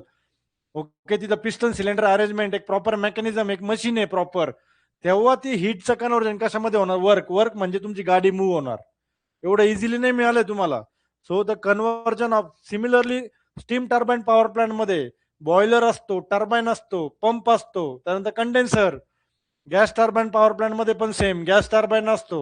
ओके, त्यानंतर तिथं कॉम्प्रेसर असतो. तर जेव्हा पण तुम्ही हीटला कन्वर्ट करता कशामध्ये? वर्कमध्ये. So work conversion of heat to work is very difficult because it requires special device. काहीतरी एक स्पेशल मेकॅनिझम किंवा डिव्हाइस लागतं त्यासाठी.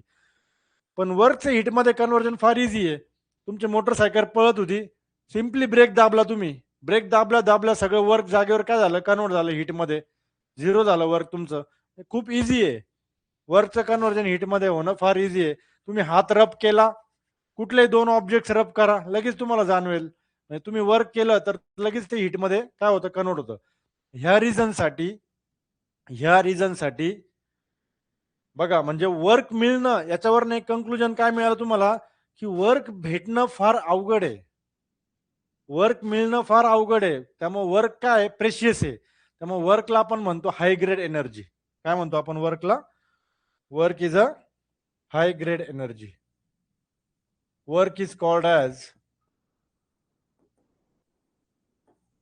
हाय ग्रेड एनर्जी.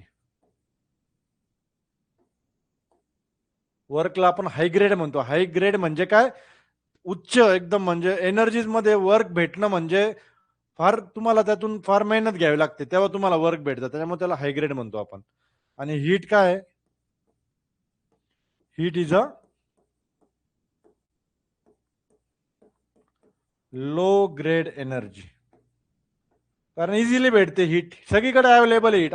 पूर्ण ऍटमॉस्फेअर मध्ये हीट अवेलेबल आहे. हात रब केले तरी हीट भेटते. काही पण सिंपल ऍक्टिव्हिटी करा, हीट भेटते. So heat is a what? Low grade energy. तर क्लिअर झालंय सगळ्यांना? मेकॅनिकल एनर्जी म्हणजेच वर्क, त्याला मेकॅनिकल वर्क म्हणतो आपण. ओके, ठीक आहे.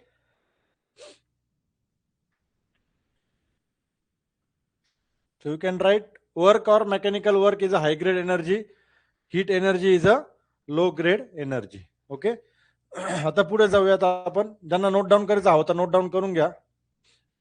ज्या विद्यार्थ्यांना नोट डाऊन करायचं त्यांनी नोट डाऊन करून घ्या.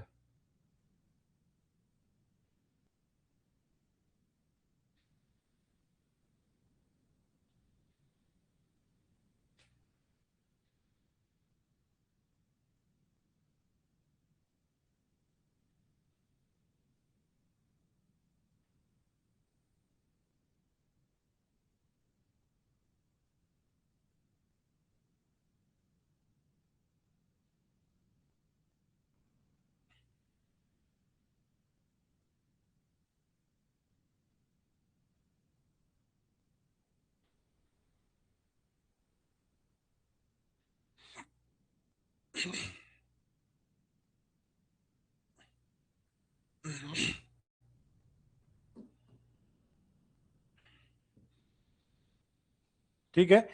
तर परत एकदा बघा, थर्मोडायनेमिक्स दोन वर्ड याच्यामध्ये डिवाइड केलं. थर्मो म्हणजे हीट, डायनेमिक्स म्हणजे work. So thermodynamics is the branch of science which deals with two forms of energies, that is heat energy and work energy. झालं. मग हीट आणि वर्कचं आपण बघितलं एकमेकांमध्ये म्युच्युअली ते कन्वर्ट होऊ शकतात. Heat can be converted into work, work can be converted into heat. Okay. So heat to वर्कचं एक्झाम्पल आपण बघितलं. कुठलंही हीट इंजिन घ्या, आयसी इंजिन घ्या, steam turbine power plant, gas turbine power plant, आणि इकडे मेकॅनिकल ब्रेक्स. एक्झाम्पल इथं काय लिहू शकता तुम्ही, मेकॅनिकल ब्रेक्स. इथं लिहितो मी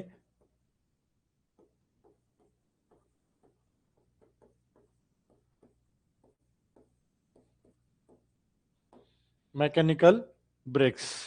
ओके. आपला जो लाईव्ह स्टुडिओ आहे हा one of the top studio आहे, लक्षात घ्या. क्लॅरिटी तुम्हाला त्याच्यावरनं कळलंच असेल. बोर्डची क्लॅरिटी, कुठलंही डिस्टर्बन्स नाही, ऑडिओ सुद्धा आपलं बेस्ट आहे. ओके. त्यामुळे पूर्ण बॅच अशा पद्धतीने खास आरटीओ साठी आपण डिझाईन केलेली आहे. तुम्हाला समजलंच असेल, इतर ठिकाणी तुम्ही अटेंड करा, एवढं बोर्डवर क्लॅरिटी कुठेच नाहीये. आणि जेव्हा हे सेशन तुम्हाला रेकॉर्डेड मध्ये बघायला भेटेल त्यावेळेस अजून जास्त क्वालिटीचे ऑप्शन्स तुम्हाला असतील. म्हणजे आता तुम्ही हायेस्ट क्वालिटी 720 पर्यंत पी, जे की सफिशियंट आहे, भरपूर HD क्वालिटी मध्ये दिसतं. पण रेकॉर्डेड सेशन तुम्हाला 1020 मध्ये सुद्धा दिसेल, 1080p मध्ये सुद्धा दिसेल. ओके. ठीक आहे. आता पुढे जाऊयात आपण. Ideal gas, concept of ideal gas.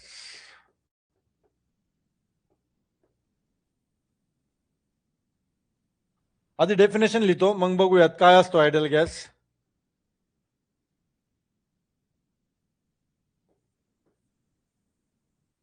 The gas which obeys all the gas laws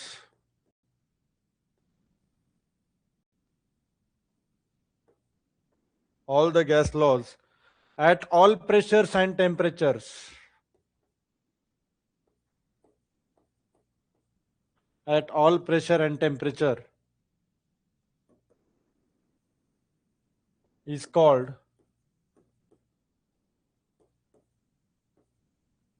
ideal gas. Okay. एक असा गॅस जे सगळे गॅसचे लॉज, आता कुठले कुठले गॅसचे लॉज आहेत आता वन बाय वन आपण बघणार आहोत.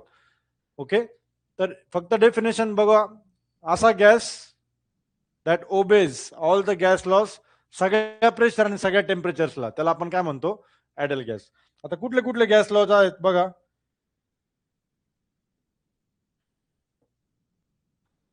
तर आपण जे बघणार आहोत, पहिला बॉइल्स लॉ,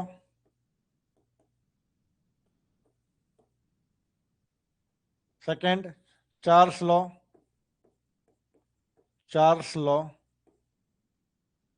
थर्ड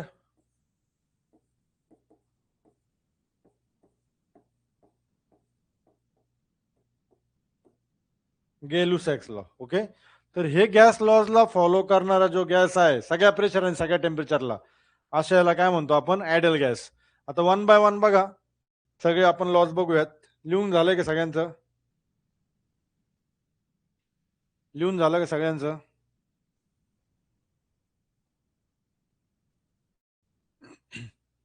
पहिला आपण बघूयात बॉइल्स लॉ.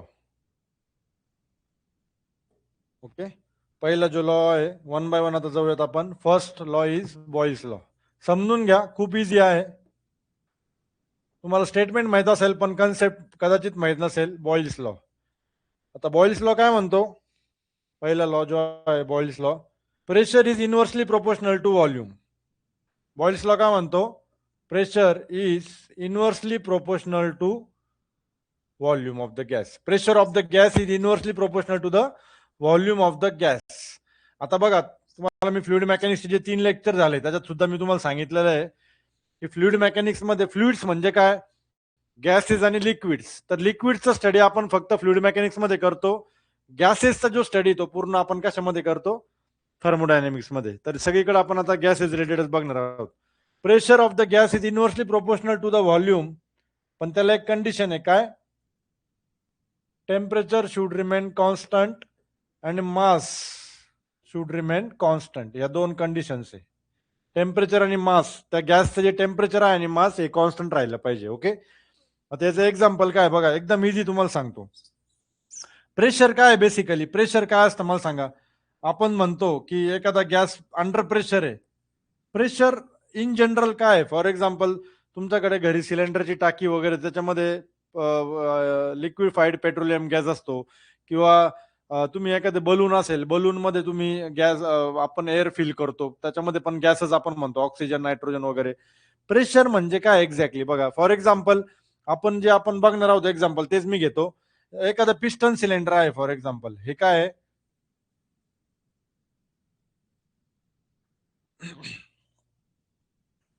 सिलेंडर आहे आणि हावर पिस्टनचं हे घेतलंय मी फक्त.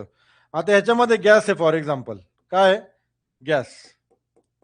हे गॅसचे मॉलिक्युल्स आहे. आता गॅस म्हणलं की आपण त्याला कशामध्ये मेजर करतो? मॉलिक्युल्स मध्ये, बरोबर.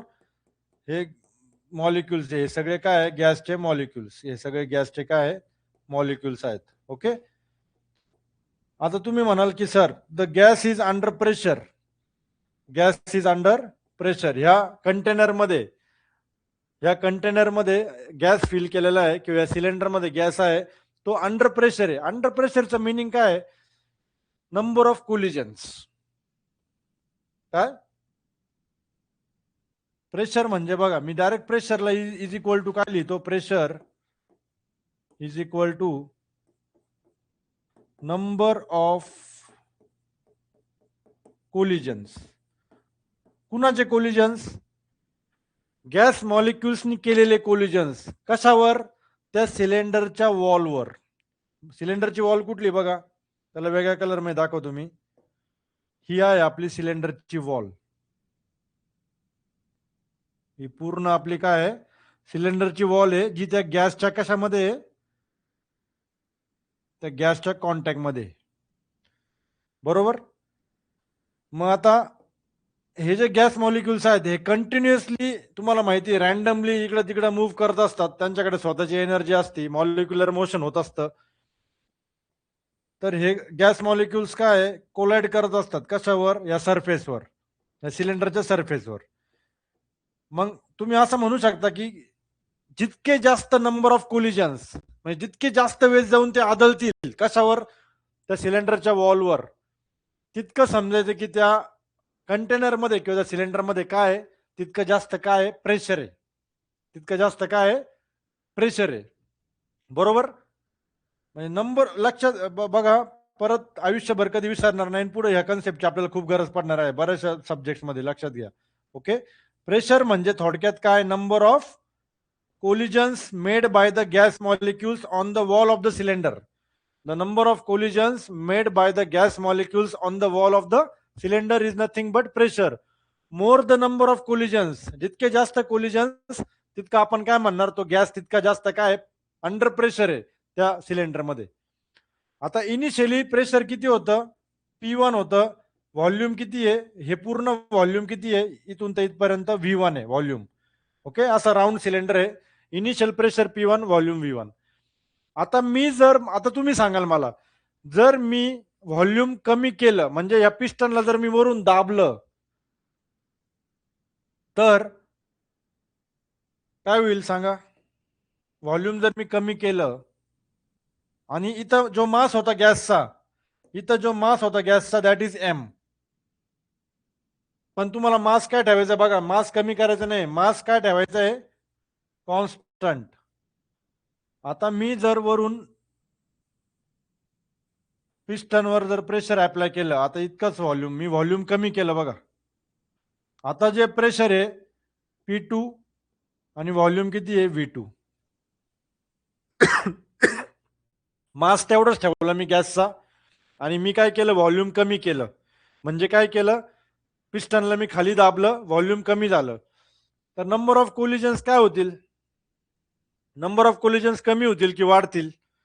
पहिले बघा, इतकं इतकं जास्त व्हॉल्यूम होतं, इतकं जास्त सिलेंडरची वॉल कॉन्टॅक्ट मध्ये होती. तर त्यामुळे कोलिजन्स व्हायचे. पण आता प्रेशर सिलेंडर आपलं पिस्टन खाली घेतल्यामुळे व्हॉल्यूम तुमचं कमी झालंय आणि व्हॉल्यूम कमी झाल्यामुळे नंबर ऑफ कोलिजन्स काय झाले. आता गॅस तर तेवढाच आहे, कारण मास काय ठेवलाय आपण, कंडिशन काय आहे, मास काय ठेवायचा आहे कॉन्स्टंट. तिन्ही पण जे लॉस बघणार आहोत आपण, बॉइल्स लॉ, चार्ल्स लॉ आणि गेलुसेक्स लॉ, तिन्ही याच्यामध्ये मास जो आहे गॅसचा तो फिक्स असणार आहे किंवा तो कॉन्स्टंट असणार आहे. मग आता व्हॉल्यूम जर कमी केलं तर नंबर ऑफ कोलिजन्स वाढतील आणि त्याच्यामुळे प्रेशर काय होईल, वाढेल.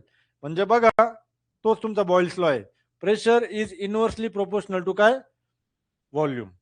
व्हॉल्यूम जर तुम्ही कमी केलं तर प्रेशर काय होणार, वाढणार. अँड व्हाईस वर्सा, जर व्हॉल्यूम जर मी वाढवलं तर नंबर ऑफ कोलिजन्स कमी होणार. नंबर ऑफ कोलिजन्स कमी झाले याचा अर्थ त्या गॅसचं प्रेशर काय झालं त्या सिलेंडरमध्ये, कमी झालं. ओके, तर असं आहे. तर इनवर्स रिलेशन आहे, इनवर्स रिलेशन आहे. So pressure is inversely proportional to volume. Okay, मग आता हे कसं लिहू शकता तुम्ही, हा जर व्ही इकडे घेतला तर P V is equal to constant, P V is equal to constant. बरोबर, म्हणजेच काय, याला असं लिहू शकतो आपण, P one V one is equal to P two V two. Directly लिहिता येते, तुम्हाला माहिती आहे. हा व्ही जर इकडे घेतला तर प्रेशर इंटू व्हॉल्यूम, इकडे वन म्हणजे तो कॉन्स्टंट आहे. So P V is equal to constant. So P one V one is equal to P two V two. आता पी ला जर मी पी ला जर मी वाय ऍक्सिसवर घेतलं आणि व्हॉल्यूमला जर किंवा प्रेशरला आपण एक्स ऍक्सिसवर घेतलं आणि व्हॉल्यूमला जर वाय ऍक्सिस घेतलं तर काय इक्वेशन भेटेल, X Y is equal to constant. आणि X Y is equal to constant कशाचं इक्वेशन आहे मॅथमॅटिक्स मध्ये, हे हायपरबोलाचं इक्वेशन आहे. कशाचं, हायपरबोला. मग जर त्याला जर ग्राफ जर तुम्ही प्लॉट केला, इकडं व्हॉल्यूम वाय ऍक्सिस एक्स ऍक्सिसवर आणि वाय ऍक्सिसवर pressure. Okay, pressure P V curve जर ड्रॉ केली तर तुम्हाला हायपरबोला आणि हायपरबोलाचा ग्राफ कसा असतो, आता एवढं डिटेलमध्ये लक्षात ठेवायची गरज नाहीये. तर तुम्ही असं करू शकता, बघा असा ग्राफ मिळतो तुम्हाला. बघा, हे तुमचं हायपरबोलाचं, हे डायरेक्टली लक्षात ठेवायचं, हे हायपरबोलाची कर्व आहे. आणि ह्या कर्वचं इक्वेशन काय आहे, X Y is equal to constant, X into Y is equal to constant. आणि एक्स आणि वाय काय आपले, पी इंटू व्ही. तर P into V is equal to constant. म्हणजे या लाईनवर कुठलाही जर पॉईंट घेतला तुम्ही तर ह्या दोघांचा जो प्रोडक्ट आहे पी इंटू व्ही हा कॉन्स्टंटच भेटेल तुम्हाला, लक्षात घ्या. आता बघा, इनिशियली तुम्हाला म्हटलं मी, इनिशियली तुमचं व्हॉल्यूम जास्त होतं. बघा इथे इनिशियली व्हॉल्यूम व्ही वन होतं आणि प्रेशर किती होतं तुमचं, इथं पी वन होतं. आता तुम्ही काय केलं, व्हॉल्यूम कमी केलं, व्हॉल्यूम कमी केलं. बघा आता किती झालं तुमचं व्हॉल्यूम, व्ही टू. बघा इथं नवीन व्हॉल्यूम किती आहे, व्ही टू. पण त्यामुळं व्हॉल्यूम कमी केल्यामुळं बघा प्रेशर काय झालं, वाढलं. आता तुमचं प्रेशर किती आहे, पी टू. कळलं. तर हे आहे तुमचं बॉइल्स लॉ. समजलं सर्वांना बॉइल्स लॉ. टेम्परेचर कॉन्स्टंट राहील. टेम्परेचर कारण की वेगळं रोल प्ले करतो. सगळे बघा, तुम्हाला मी फ्लुइड मेकॅनिक्स मध्ये सुद्धा सांगितलंय, परत एकदा सांगतो. जेव्हाही तुम्ही, तुमच्याकडे 3 पॅरामीटर्स किंवा 4 पॅरामीटर्स आहेत. ओके, फ्लुइड मेकॅनिक्स मध्ये काय सांगितलं तुम्ही, तुम्हाला जर तुमच्याकडे 4 पॅरामीटर्स आहेत, जसं की आता आपल्याकडे काय आहे, प्रेशर, व्हॉल्यूम, टेम्परेचर आणि मास ऑफ द गॅस, हे 4 पॅरामीटर्स आहे. जेव्हाही 2 पॅरामीटरचं कंपॅरिझन करतो आपण, जसं की आता बॉइल्स लॉ मध्ये आपण प्रेशर आणि व्हॉल्यूमचं कंपॅरिझन चाललंय आपलं, pressure is inversely proportional to volume. Fluid mechanics मध्येही सांगितलं होतं, आत्ताही सांगतो. जेव्हाही 2 पॅरामीटर्स आपण कंपॅरिझन करतो तर बाकीचे पॅरामीटर्स आपल्याला काय ठेवायचे असतात, नेहमी काय ठेवायचे असतात, कॉन्स्टंट ठेवायचे असतात, तरच कंपॅरिझन होऊ शकतं. अदरवाईज कंपॅरिझन शक्य नाही, लक्षात घ्या.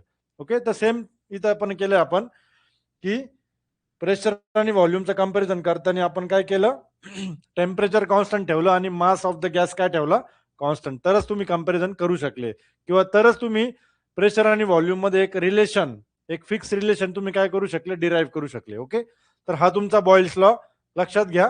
Pressure is inversely proportional to volume. So PV is equal to constant, P1 V1 is equal to P2 V2. Okay, लिहून घ्या सर्वांनी.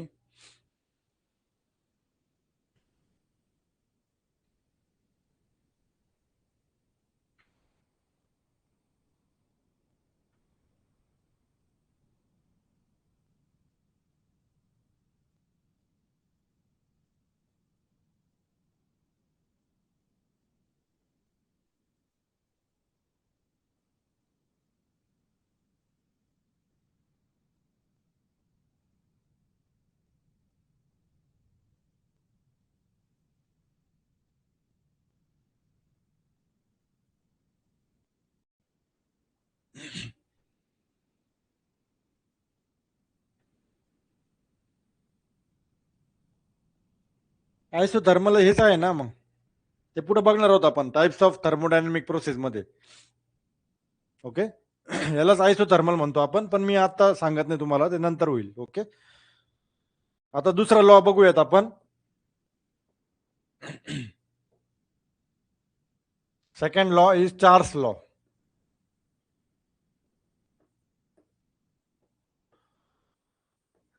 तिन्ही लॉज मध्ये सगळ्यात जर कन्सेप्च्युअल आणि सगळ्यात भारी लॉ असेल तर तो आहे तुमचा चार्ल्स लॉ. आता चार्ल्स लॉ काय म्हणतो? चार्ल्स लॉ काय म्हणतो? Volume is directly proportional to temperature. Volume हे डायरेक्टली प्रोपोर्शनल आहे टेम्परेचरला, असं चार्ल्स लॉ म्हणतो. पण केव्हा? जेव्हा आपण प्रेशरला काय ठेवलं पाहिजे? कॉन्स्टंट. आणि मास ऑफ द गॅस पण काय असला पाहिजे? कॉन्स्टंट. आता हे स्टडी करण्यासाठी परत आपण फ्लुइड मेकॅनिक्स मध्ये एक कन्सेप्ट शिकलो होतो की कायनेटिक थेअरी ऑफ गॅसेसचं मी तुम्हाला एक फॉर्म्युला सांगितलं होतं की, बरं ठीक आहे, आता हा टी मी इकडे घेतो, तर V upon T is equal to constant. याचं फिजिकल सिग्निफिकन्स किंवा याचं अंडरस्टँडिंग तुम्हाला सांगतो थोड्या वेळात. So V one upon T one is equal to V2 upon T2. So this is your Charles law, V2 upon T2. Okay.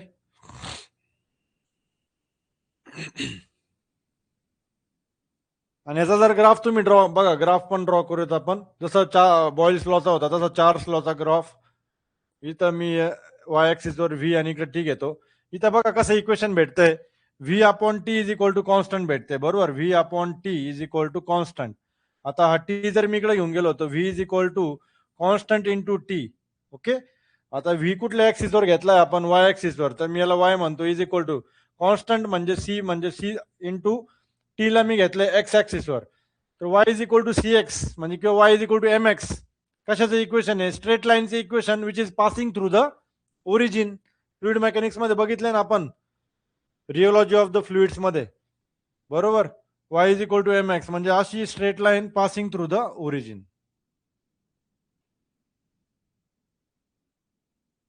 तर हा येईल तुमचा चार्ल्स लॉचा ग्राफ. आता याचं अंडरस्टँडिंग करून घेऊयात. ओके. याचं अंडरस्टँडिंग काय बघा. चार्ल्स काय म्हणतो?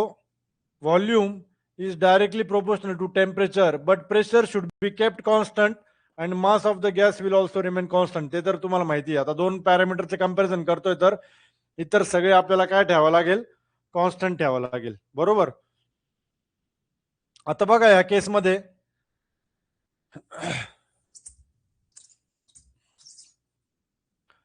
गॅस मॉलिक्युल्सची जी व्हेलॉसिटी असते, ॲव्हरेज कायनेटिक एनर्जी किंवा ॲव्हरेज व्हेलॉसिटी जी असते, सीआरएमएस बघितलं आपण फ्लुइड मेकॅनिक्स मध्ये, तुम्हाला मी सांगितलं त्यावेळेस सुद्धा, परत एकदा आपण सगळं रिपीट करणार आहोत. ही कशाला प्रोपोर्शनल आहे? डायरेक्टली प्रोपोर्शनल टू, किंवा तुम्ही म्हणू शकता याची व्हॅल्यू कशी काढतो आपण? Under root of 3RT divided by molecular weight of the gas, बरोबर. आर काय? आता इथं आर आपण डिटेलमध्ये बघणार आहोत थोड्याच वेळात. आर हा काय? गॅस कॉन्स्टंट किंवा कॅरेक्टरिस्टिक गॅस कॉन्स्टंट पण आपण त्याला म्हणतो. मी सिम्पली लिहितो गॅस कॉन्स्टंट. टी काय? ऍब्सोल्यूट टेम्परेचर, केल्विन मध्ये घेतो आपण याला. ऍब्सोल्यूट टेम्परेचर लक्षात घ्या.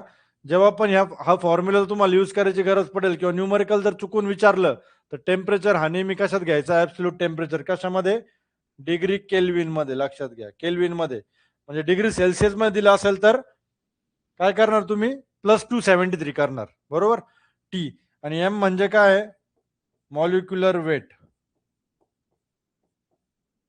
Of the gas. Molecular weight of the gas. तर सीआरएमएस हे म्हणजे थोडक्यात काय? मॉलिक्युलर वेट तर गॅसचं कधी चेंज होत नाही, ते कॉन्स्टंट आहे. आर स्वतः गॅस कॉन्स्टंट आहे. 3 पण एक नंबर आहे, तो कॉन्स्टंट आहे. टेम्परेचर फक्त चेंज होऊ शकतं. याचा अर्थ काय? की गॅस मॉलिक्युल्सची जी व्हेलॉसिटी असते किंवा गॅस मॉलिक्युल्सची जी कायनेटिक एनर्जी असते, सीआरएमएस, ही डायरेक्टली प्रोपोर्शनल आहे स्क्वेअर रूट ऑफ टेम्परेचरला. गॅस मॉलिक्युल्सची जी व्हेलॉसिटी आहे ती कशाला प्रोपोर्शनल आहे? Directly square root of temperature. म्हणजे गॅस मॉलिक्युल्सची जर व्हेलॉसिटी वाढली CRMS किंवा टेम्परेचर जर वाढलं, गॅस मॉलिक्युल्सचं जर तुम्ही टेम्परेचर किंवा कुठल्याही गॅसला जर तुम्ही हीट केलं, ज्याने त्याचं टेम्परेचर जर वाढलं, तर त्या गॅस मॉलिक्युल्सची व्हेलॉसिटी काय होते? वाढते. आता गॅस मॉलिक्युल्सची जर व्हेलॉसिटी वाढली तर काय फरक पडेल मला तुम्ही सांगा? फॉर एक्झाम्पल आपण एक एक्झाम्पल घेऊयात. इथे एक गॅस आहे. मी असा एक स्पेस घेतो आणि ह्याच्यामध्ये एक गॅस आपण स्टोअर केलेला आहे. हे सगळे गॅसचे मॉलिक्युल्स आहे. ओके, हे सगळे काय गॅसचे मॉलिक्युल्स आहेत. आता मी काय केलं, या गॅसला हीट केलं मी. या गॅसला काय केलं? हीट केलं. बरोबर. आता हीट केलं याचा अर्थ काय? ह्या गॅस मॉलिक्युल्सचं मी काय वाढवलं? नीट लक्ष द्या. टेम्परेचर काय केलं मी? वाढवलं. टेम्परेचर वाढल्यामुळे त्या गॅस मॉलिक्युल्सची व्हेलॉसिटी काय झाली? वाढली. व्हेलॉसिटी वाढली म्हणजे कायनेटिक एनर्जी वाढली. मग कायनेटिक एनर्जी जर वाढली तर रॅन्डमली ते मूव्ह करायला लागले सगळीकडे. सगळे गॅस मॉलिक्युल्स इकडून तिकडं, तिकडून इकडं, सगळीकडं. असं झाल्यामुळे ही जी बाउंड्री होती किंवा ही जी वॉल होती, आपण याला वॉल म्हणूयात. ही जी वॉल आहे ज्याच्यामध्ये तो गॅस आहे, तर नंबर ऑफ कोलिजन्स काय झाले रे?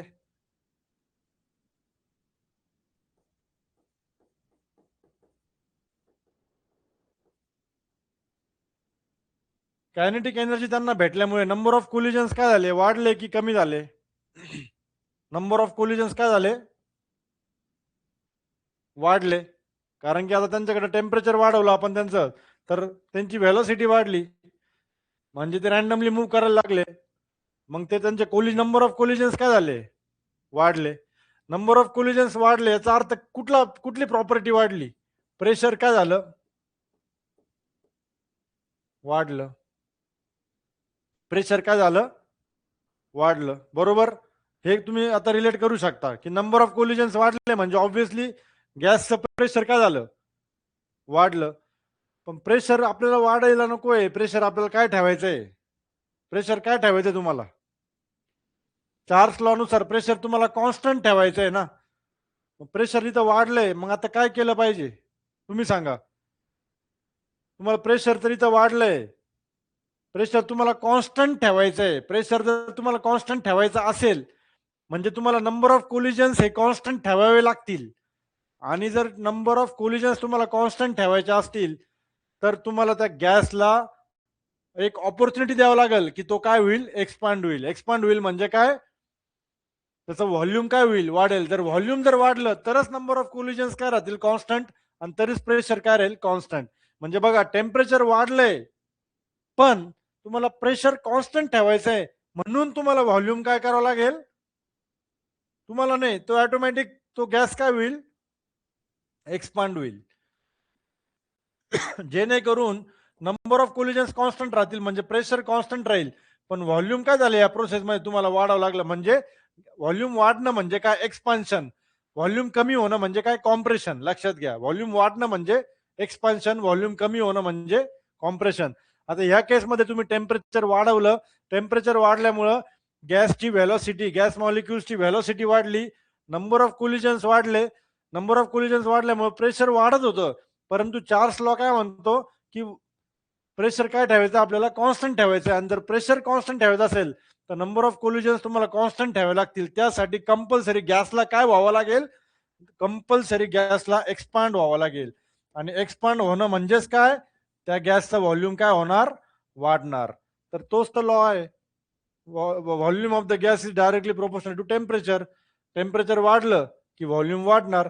टेम्परेचर कमी झालं की व्हॉल्यूम काय होणार? कमी होणार. आणि प्रेशर पण तुमचं कॉन्स्टंट राहतंय for a given fix mass of a gas. Clear आहे का हे? चार्ल्स लॉ क्लिअर झाला का तुम्हाला? सांगा.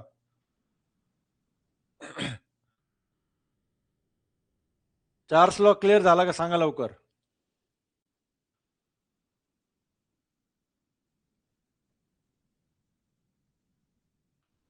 चार्ल्स लॉ क्लिअर झाला का? सांगा लवकर. सगळ्यांना समजलंय का व्यवस्थित? तुम्हाला कळलं का? गॅसला काय एक्सपांड होऊ दिला आपण? कारण आपल्याला प्रेशर काय ठेवायचं होतं? कॉन्स्टंट.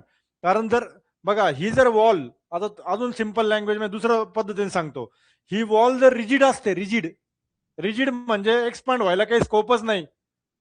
रिजिड वॉल म्हणजे काय? एक्सपांड व्हायला काही स्कोपच नाही.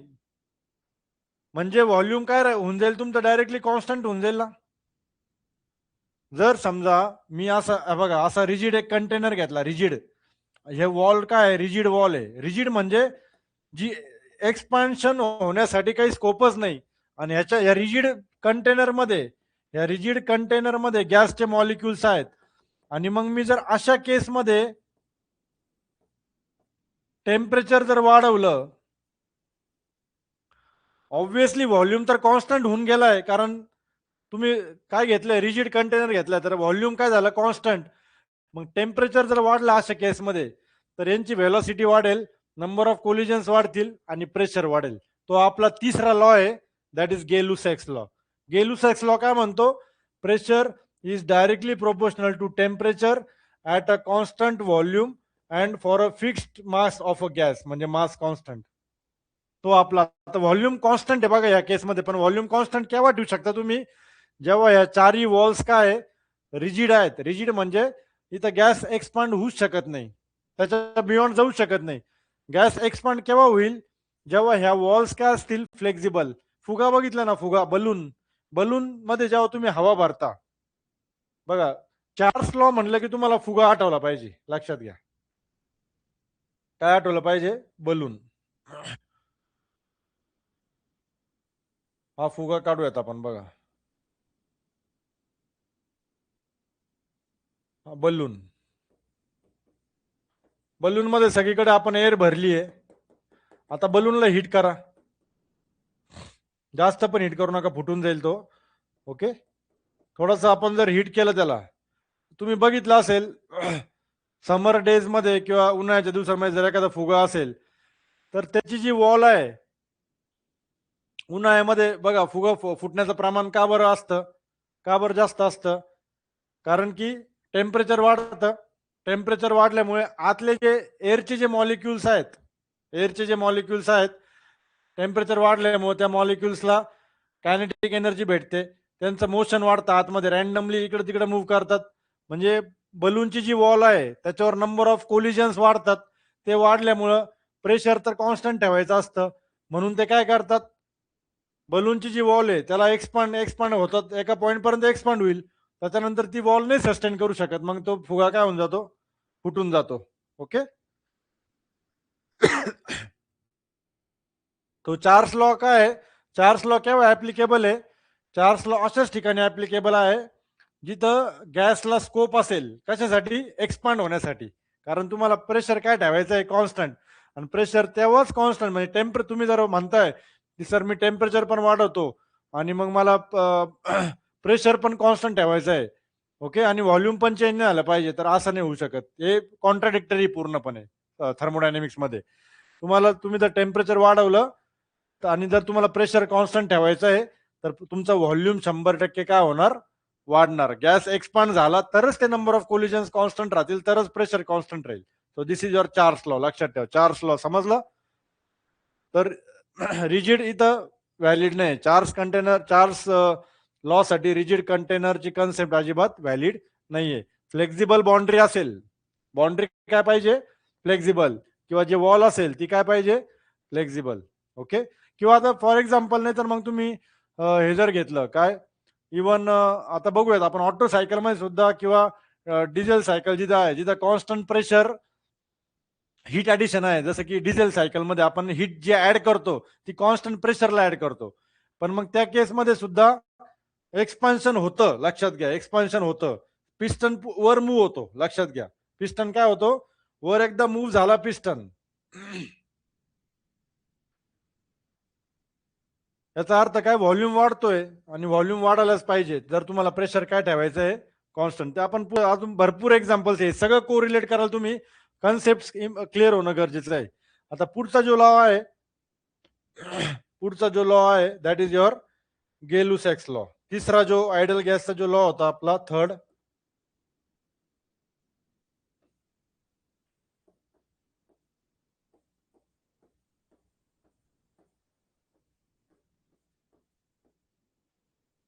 गेलुसॅक्स लॉ. हा सगळ्यात इझी लॉ आहे. एक काम करूयात, पहिले आपण हे घेऊयात, कायनेटिक थेरी ऑफ गॅसेसचं जे इक्वेशन आपण घेतलेलं आहे सगळ्यांनी लिहिलंय का? Under root of 3RT upon m. R is the gas constant, T is the absolute temperature, m is the molecular weight. हे directly proportional to square root of temperature. Number of collisions, pressure वाढतंय पण ते आपल्याला constant ठेवायचं आहे, म्हणून आपल्याला गॅसला काय दिलं पाहिजे? एक्सपांड होऊन दिलं पाहिजे. एक्सपांड जर झाला गॅस तरच ते नंबर ऑफ कोलिजन्स काय राहतील? कॉन्स्टंट राहतील. ओके.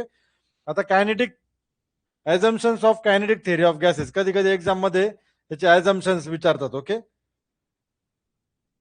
आता इथे तुम्ही लिहू शकता CRMS काय? हा CRMS is the RMS velocity of the gas molecules. Okay, इथे लिहिलेलं नाही कुठेच, तुम्ही लिहू शकता CRMS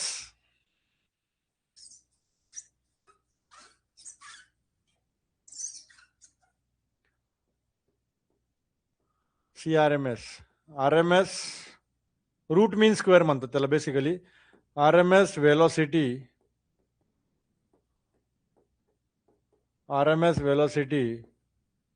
of the gas molecules. RMS velocity of the gas molecules. Okay. आता लिहून घ्या assumptions of kinetic theory.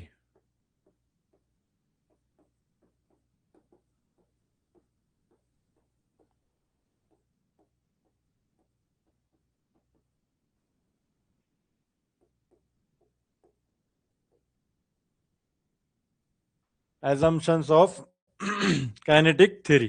पहिले assumptions लिहा. आता हे जे इक्वेशन आपण यूज केलंय √3RT upon m, हे यूज करण्यासाठी काही बेसिक assumptions आहेत. ते काय assumptions आहेत ते लिहून घ्या.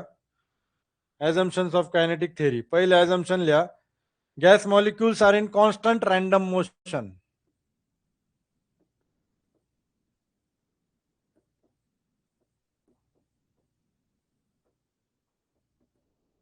Gas molecules are in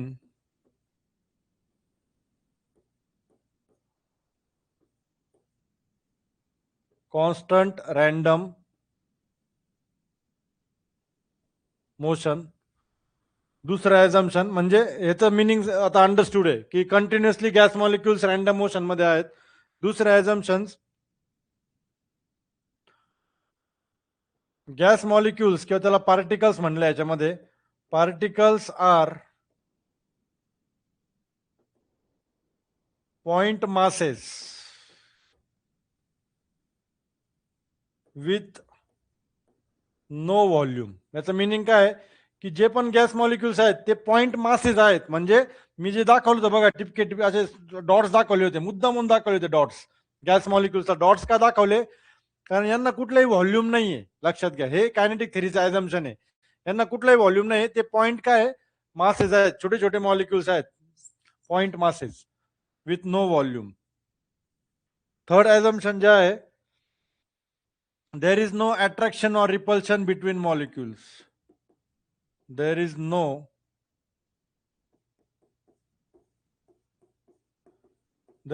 attraction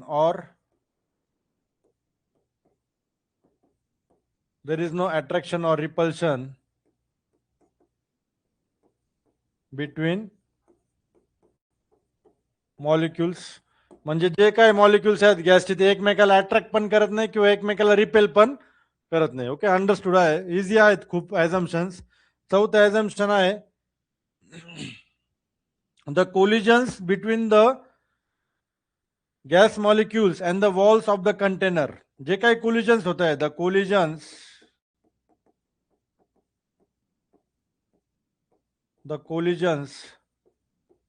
between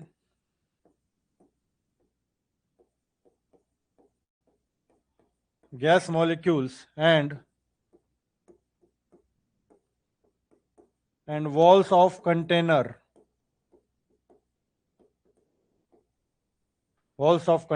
are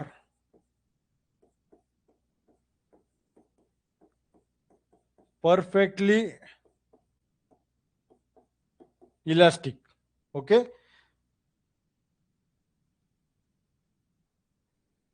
आता परफेक्टली इलास्टिकचं मिनिंग काय आहे? की फक्त कोलाइड होणार. डिफॉर्मेशन होणार नाही, ना त्या वॉलचं होणार डिफॉर्मेशन, ना त्या गॅस मॉलिक्युलचं डिफॉर्मेशन होणार. परफेक्टली इलास्टिक, म्हणजे जाऊन फक्त कोलाइड होणार, संपला विषय, बाजूला होणार, कोलाइड होणार, बाजूला होणार. तर परफेक्टली इलास्टिक, कुठली एनर्जी लॉस होणार नाही, मॉलिक्युलचा सुद्धा कुठला एनर्जी लॉस होणार नाही, आणि वॉलचा सुद्धा कुठलाही एनर्जी लॉस होणार नाही. So there is no change in the energy either of the particles or of the wall. Okay, म्हणजे याचा अर्थ काय, परफेक्टली इलास्टिकचा मिनिंग काय, no energy is gained or lost, no energy lost, म्हणजे कुठली एनर्जी ट्रान्सफर त्या ठिकाणी होणार नाही, जस्ट परफेक्ट कोलिजन होणार आणि ते प्युअरली इलास्टिक असणार. No energy lost or gained, no energy lost or gained.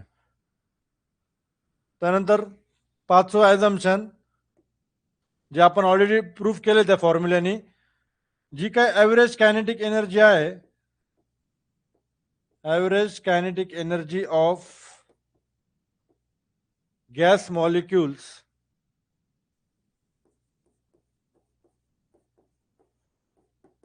is directly proportional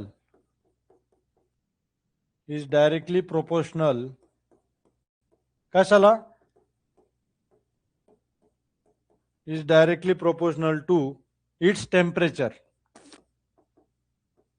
is directly proportional to its temperature. आता तुम्ही म्हणाल टेम्परेचरला का डायरेक्टली प्रोपोर्शनल आहे, तर व्हेलॉसिटी काय आहे तुमची, directly proportional to square root of temperature आहे, बरोबर. आता कायनेटिक एनर्जी आपण कशी फाइंड करतो, 1/2 मास इंटू व्हेलॉसिटीचा स्क्वेअर घेतो आपण, बरोबर, ही कायनेटिक एनर्जी असते. सो 1/2 मास इंटू व्हेलॉसिटी किती आहे, square root of temperature, square root of टेम्परेचरचा स्क्वेअर, तर स्क्वेअर रूट आणि स्क्वेअर जाईल, तर काय येईल, कायनेटिक एनर्जी ही कशावर डिपेंडंट आहे, टेम्परेचरवर डिपेंडंट आहे, डायरेक्टली प्रोपोर्शनल टू टेम्परेचर. तेच आपण म्हटलंय बघा, the average kinetic energy of the gas molecules, velocity जर असती तर velocity is directly proportional to square root of temperature. लक्षात घ्या, velocity is directly proportional to square root of temperature and kinetic energy is directly proportional to the temperature. लक्षात घ्या. Okay, आणि sixth ॲझम्पशन आहे, खूप इझी आहे, लाइटर गॅस मॉलिक्युल्स, म्हणजे जे हलके जे आहेत, ज्यांचं लाईट वेट आहेत, lighter gas molecules move faster. तर ऑब्व्हियसली त्यांची lighter gas molecules move faster, lighter gas molecules move faster than heavy molecules. हे पण तुम्ही त्या फॉर्म्युल्यावरनं डिराइव्ह करू शकता. CRMS म्हणजे काय, गॅस मॉलिक्युल्सची velocity is equal to √3RT/m. आता m काय होतं इथं, molecular weight of the gas. आता जे गॅसच्या मॉलिक्युल्सचं जे मॉलिक्युलर वेट आहे, वेट म्हणजे काय, वजन, ज्यांचं कमी आहे, म्हणजे जे हलके आहेत, लाईट वेट आहेत, ज्यांचं मॉलिक्युलर वेट कमी आहे, हे कसं रिलेशन आहे बघा, इनवर्स रिलेशन आहे. ज्यांचं मॉलिक्युलर वेट कमी त्यांची व्हेलॉसिटी जास्त, म्हणजे ते जास्त व्हेलॉसिटीने मूव्ह करतील. ज्यांचं ज्या गॅस मॉलिक्युल्स मॉलिक्युलर वेट जास्त असेल त्यांची व्हेलॉसिटी कमी असेल. तर हेच आहे बघा, lighter gas molecules move faster than the heavy molecules.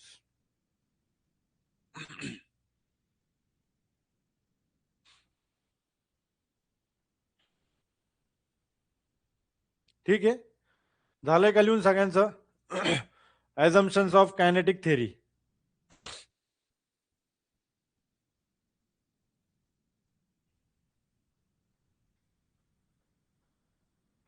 ॲझम्पशन्स of kinetic theory of gases. ठीक आहे, याची मी तुम्हाला PDF पण देणार आहे. हे जे काय आता शेवटी जेव्हा लेक्चर होईल आपलं थोड्या वेळात, तेव्हा इथं एक बारकोड येईल, तो बारकोड फक्त स्कॅन करा, त्याची तुम्हाला डायरेक्ट PDF भेटून जाईल. ओके, तुमच्या मोबाईलमध्ये. ठीक आहे, प्रत्येक लेक्चरला मी तसंच करत जाईल. लेक्चर झालं की इथं एक बारकोड येईल, तो तुम्ही स्कॅन करायचा फक्त, किंवा त्याचा स्क्रीनशॉट घ्या, तो तुम्ही कुठल्याही आपल्या स्कॅनरवर जर स्कॅन केला तर ते डायरेक्ट पीडीएफ मध्ये कन्वर्ट होईल. ओके, त्याची पीडीएफ भेटून जाईल तुम्हाला जागेवर. आता तिसरा जो लॉ आहे that is Gay-Lussac's law. Already मी तुम्हाला सांगितलंय. चार्ल्स लॉ सगळ्यांना क्लिअर आहे. Volume is directly proportional to temperature at a constant pressure. Pressure constant ठेवण्यासाठी गॅसला एक्सपांड व्हावं लागतं, जेणेकरून प्रेशर काय राहील, कॉन्स्टंट राहील टेम्परेचर वाढवल्यानंतर. ओके, आता गेलुसॅक्स लॉ, थर्ड लॉ.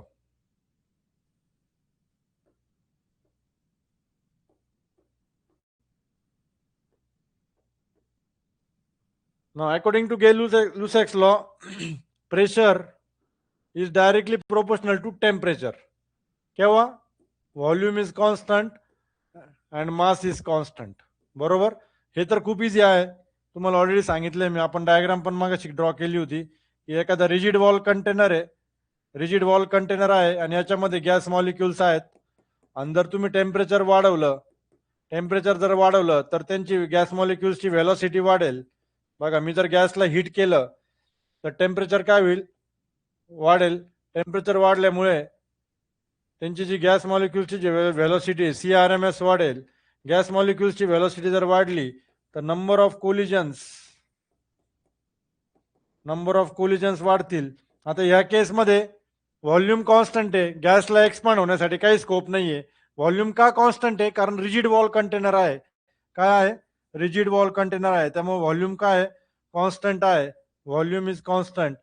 मग टेम्परेचर जर वाढवलं, मास पण इथला कॉन्स्टंट आहे, तर टेम्परेचर वाढवलं तर गॅसची व्हेलॉसिटी वाढेल. व्हेलॉसिटी वाढली तर नंबर ऑफ कोलिजन्स काय होतील, गॅस मॉलिक्युल्सचे वाढतील. नंबर ऑफ कोलिजन्स वाढले तर प्रेशर काय होणार, वाढणार. तर तेच आहे, pressure is directly proportional to temperature. Direct relation आहे. टेम्परेचर वाढवा प्रेशर वाढवेल, प्रेशर वाढवा टेम्परेचर वाढेल, व्हाईस वर्सा. आता याचा जर ग्राफ ड्रॉ केला तर सिमिलरली जसा चार्ल्स लॉचा होता, डायरेक्ट रिलेशन आहे. जर तुम्ही प्रेशर आणि टेम्परेचरचा जर ग्राफ ड्रॉ केला तर इझी आहे, डायरेक्ट तुम्हाला ग्राफ मिळेल. Straight line passing through the origin. आता इथे पण जर हा टी इकडनं घेऊन आले तुम्ही तर काय मिळेल, P/T is equal to constant. म्हणजेच काय, P1/T1 is equal to P2/T2. P1/T1 is equal to P2/T2. So this is your Gay-Lussac's law. Okay. आता एक स्टेटमेंट लिहायचं सगळ्यांनी शेवटी. ऑल अबाव गॅस लॉज, म्हणजे बॉइल्स लॉ, चार्ल्स लॉ आणि Gay-Lussac law, all above gas laws are valid. केव्हा valid आहे? Are valid for a given fixed mass of a gas. For a given म्हणजे mass सगळीकडे काय ठेवावं लागेल, constant ठेवावं लागेल, तरच हे ऍप्लिकेबल होतील. इथं जर तुम्ही मास चेंज केला तर नंबर ऑफ कोलिजन्स होऊ शकतं की कॉन्स्टंट राहील, मग प्रेशर सेमच राहील, प्रेशर बदलणार नाही. प्रत्येक केसमध्ये बॉइल्स लॉ, चार्ल्स लॉ आणि इथे तुम्हाला मास काय ठेवावा लागेल, फिक्स ठेवावा लागेल. तर हे लॉज केव्हा व्हॅलिड आहेत? All gas laws are valid for a given fixed mass of the gas. म्हणजे मास काय ठेवावा लागेल, कॉन्स्टंट ठेवावा लागेल. ओके.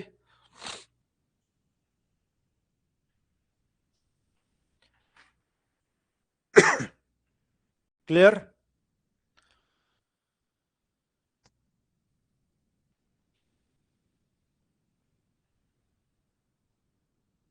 ठीक आहे.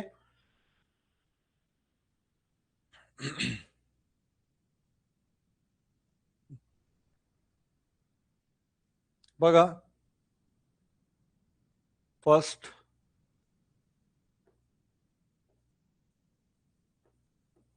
Boyle's law,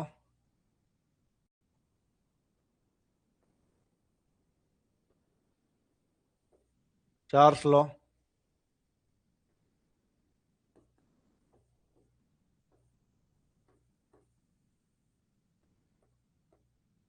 Gay-Lussac's law. बरोबर. Pressure inversely proportional to volume.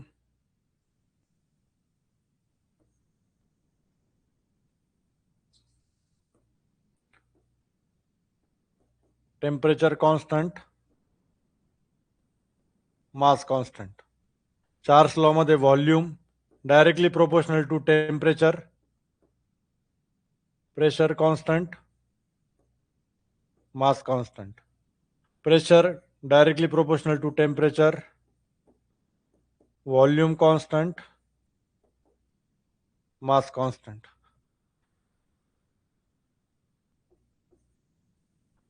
P1 V1 is equal to P2 V2, V1 upon T1 is equal to V2 upon T2, P1 upon T1 is equal to P2 upon T2.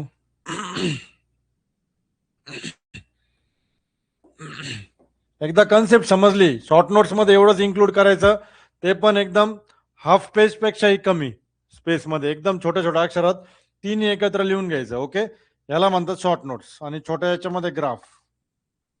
इथं कसं relation होतं, pressure आणि व्हॉल्यूमचं hyperbola होता, आपण बघितलं. इथं volume आणि टेम्परेचरला plot केलं आपण, straight line passing through the origin. आणि इथं सुद्धा प्रेशर आणि टेम्परेचरला कम्पेअर केलं आपण,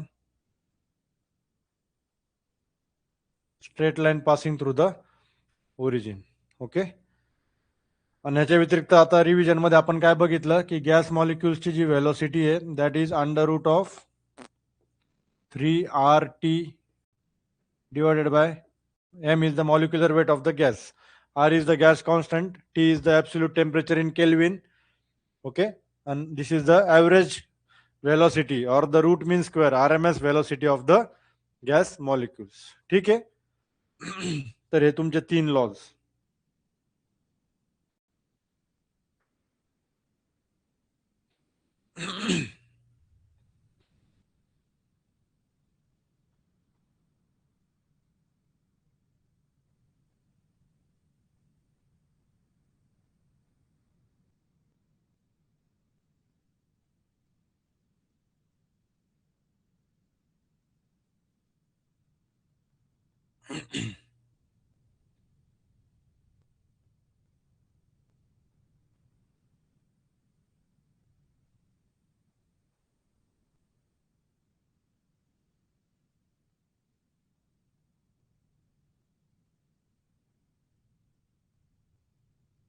ओके. ठीक आहे, आजचं आपण इथं थांबूयात. पूर्ण उद्यापासनं फुल फ्लो मध्ये चालू होईल. आज डे 1 आहे, त्यामुळं आधी फॅमिलियर व्हा, सगळ्या ह्याचे कन्सेप्ट आहेत सगळं व्यवस्थित रिवाइज करा जे पण काही झालं आहे. आणि पॉसिबल झालं तर उद्यापासून जसं सांगितलं मी तुम्हाला, जे रेकॉर्डेड सेशन्स आहेत, दुसरा एखादा सब्जेक्ट पॅरलली चालू करा. मी तुम्हाला पर्सनली सांगेल की स्ट्रेंथ ऑफ मटेरियल्स किंवा फ्लुइड मेकॅनिक्स दोघांपैकी कुठला तरी एक चालू करा, कारण खूप तगडे वेटेज असतं. FM असेल, थर्मोडायनेमिक्स असेल किंवा सॉम असेल, भरपूर मार्क्सला वेटेज असतं. तुमच्या जागेवर 30-40 मार्क्स फिक्स होऊन जातात. आणि आउट ऑफ मार्क्स ज्या सब्जेक्ट मध्ये आउट ऑफ मिळणार आहेत ते सब्जेक्ट आपण सगळ्यात पहिले कव्हर करणार आहेत. ओके.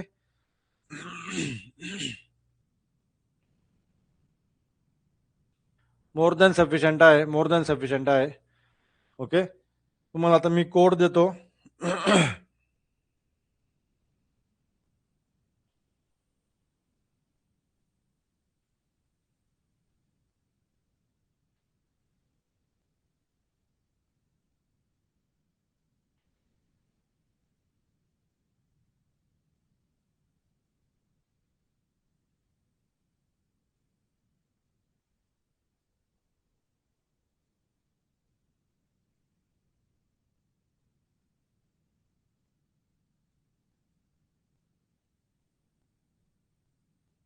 ठीक आहे, कोड एकदा स्कॅन करून घ्या सर्वांनी.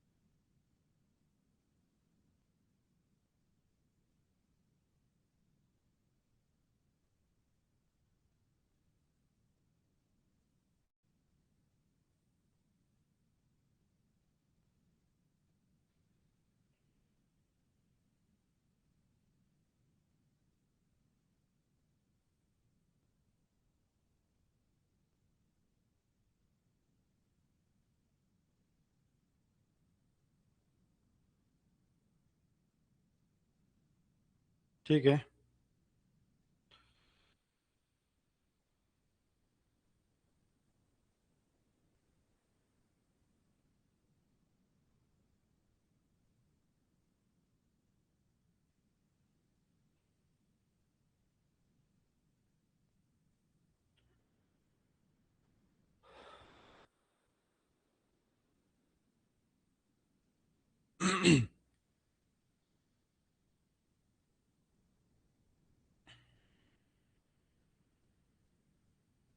हा कोड आहे बघा.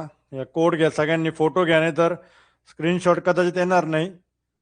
मी टेलिग्राम चॅनलला शेअर करेल हा. ओके, हा QR कोड तर स्कॅन करून तो ती PDF तुम्हाला डायरेक्टली डाउनलोड होऊन जाईल. ओके, रिव्हिजनसाठी रिव्हिजनसाठी तुम्हाला डायरेक्टली या QR कोडची PDF मिळून जाईल. ओके,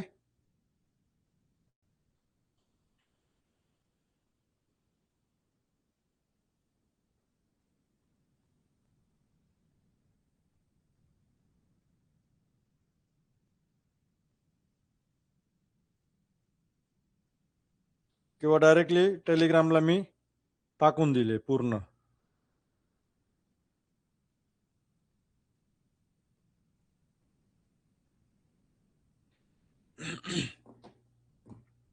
ठीक आहे, गुड नाईट. भेटूयात उद्या सेम टायमिंगला. उद्या 6:30 to 9:30 होईल लेक्चर. 3 hours होईल उद्या कंपल्सरी. उद्या फर्स्ट लॉ पर्यंत आपण सगळं कंप्लीट करणार आहोत. थर्मोडायनेमिक्सचा जर सिलेबस बघितला तर बेसिक्स आहे पहिल्यांदा, नंतर zeroth law, first law, second law आणि शेवटचा topic properties of pure substances. Okay, तर तो आपण पूर्ण उद्या फर्स्ट लॉ पर्यंत कव्हर करूयात किंवा तिथपर्यंत जाण्याचा प्रयत्न करूयात. Okay, good night.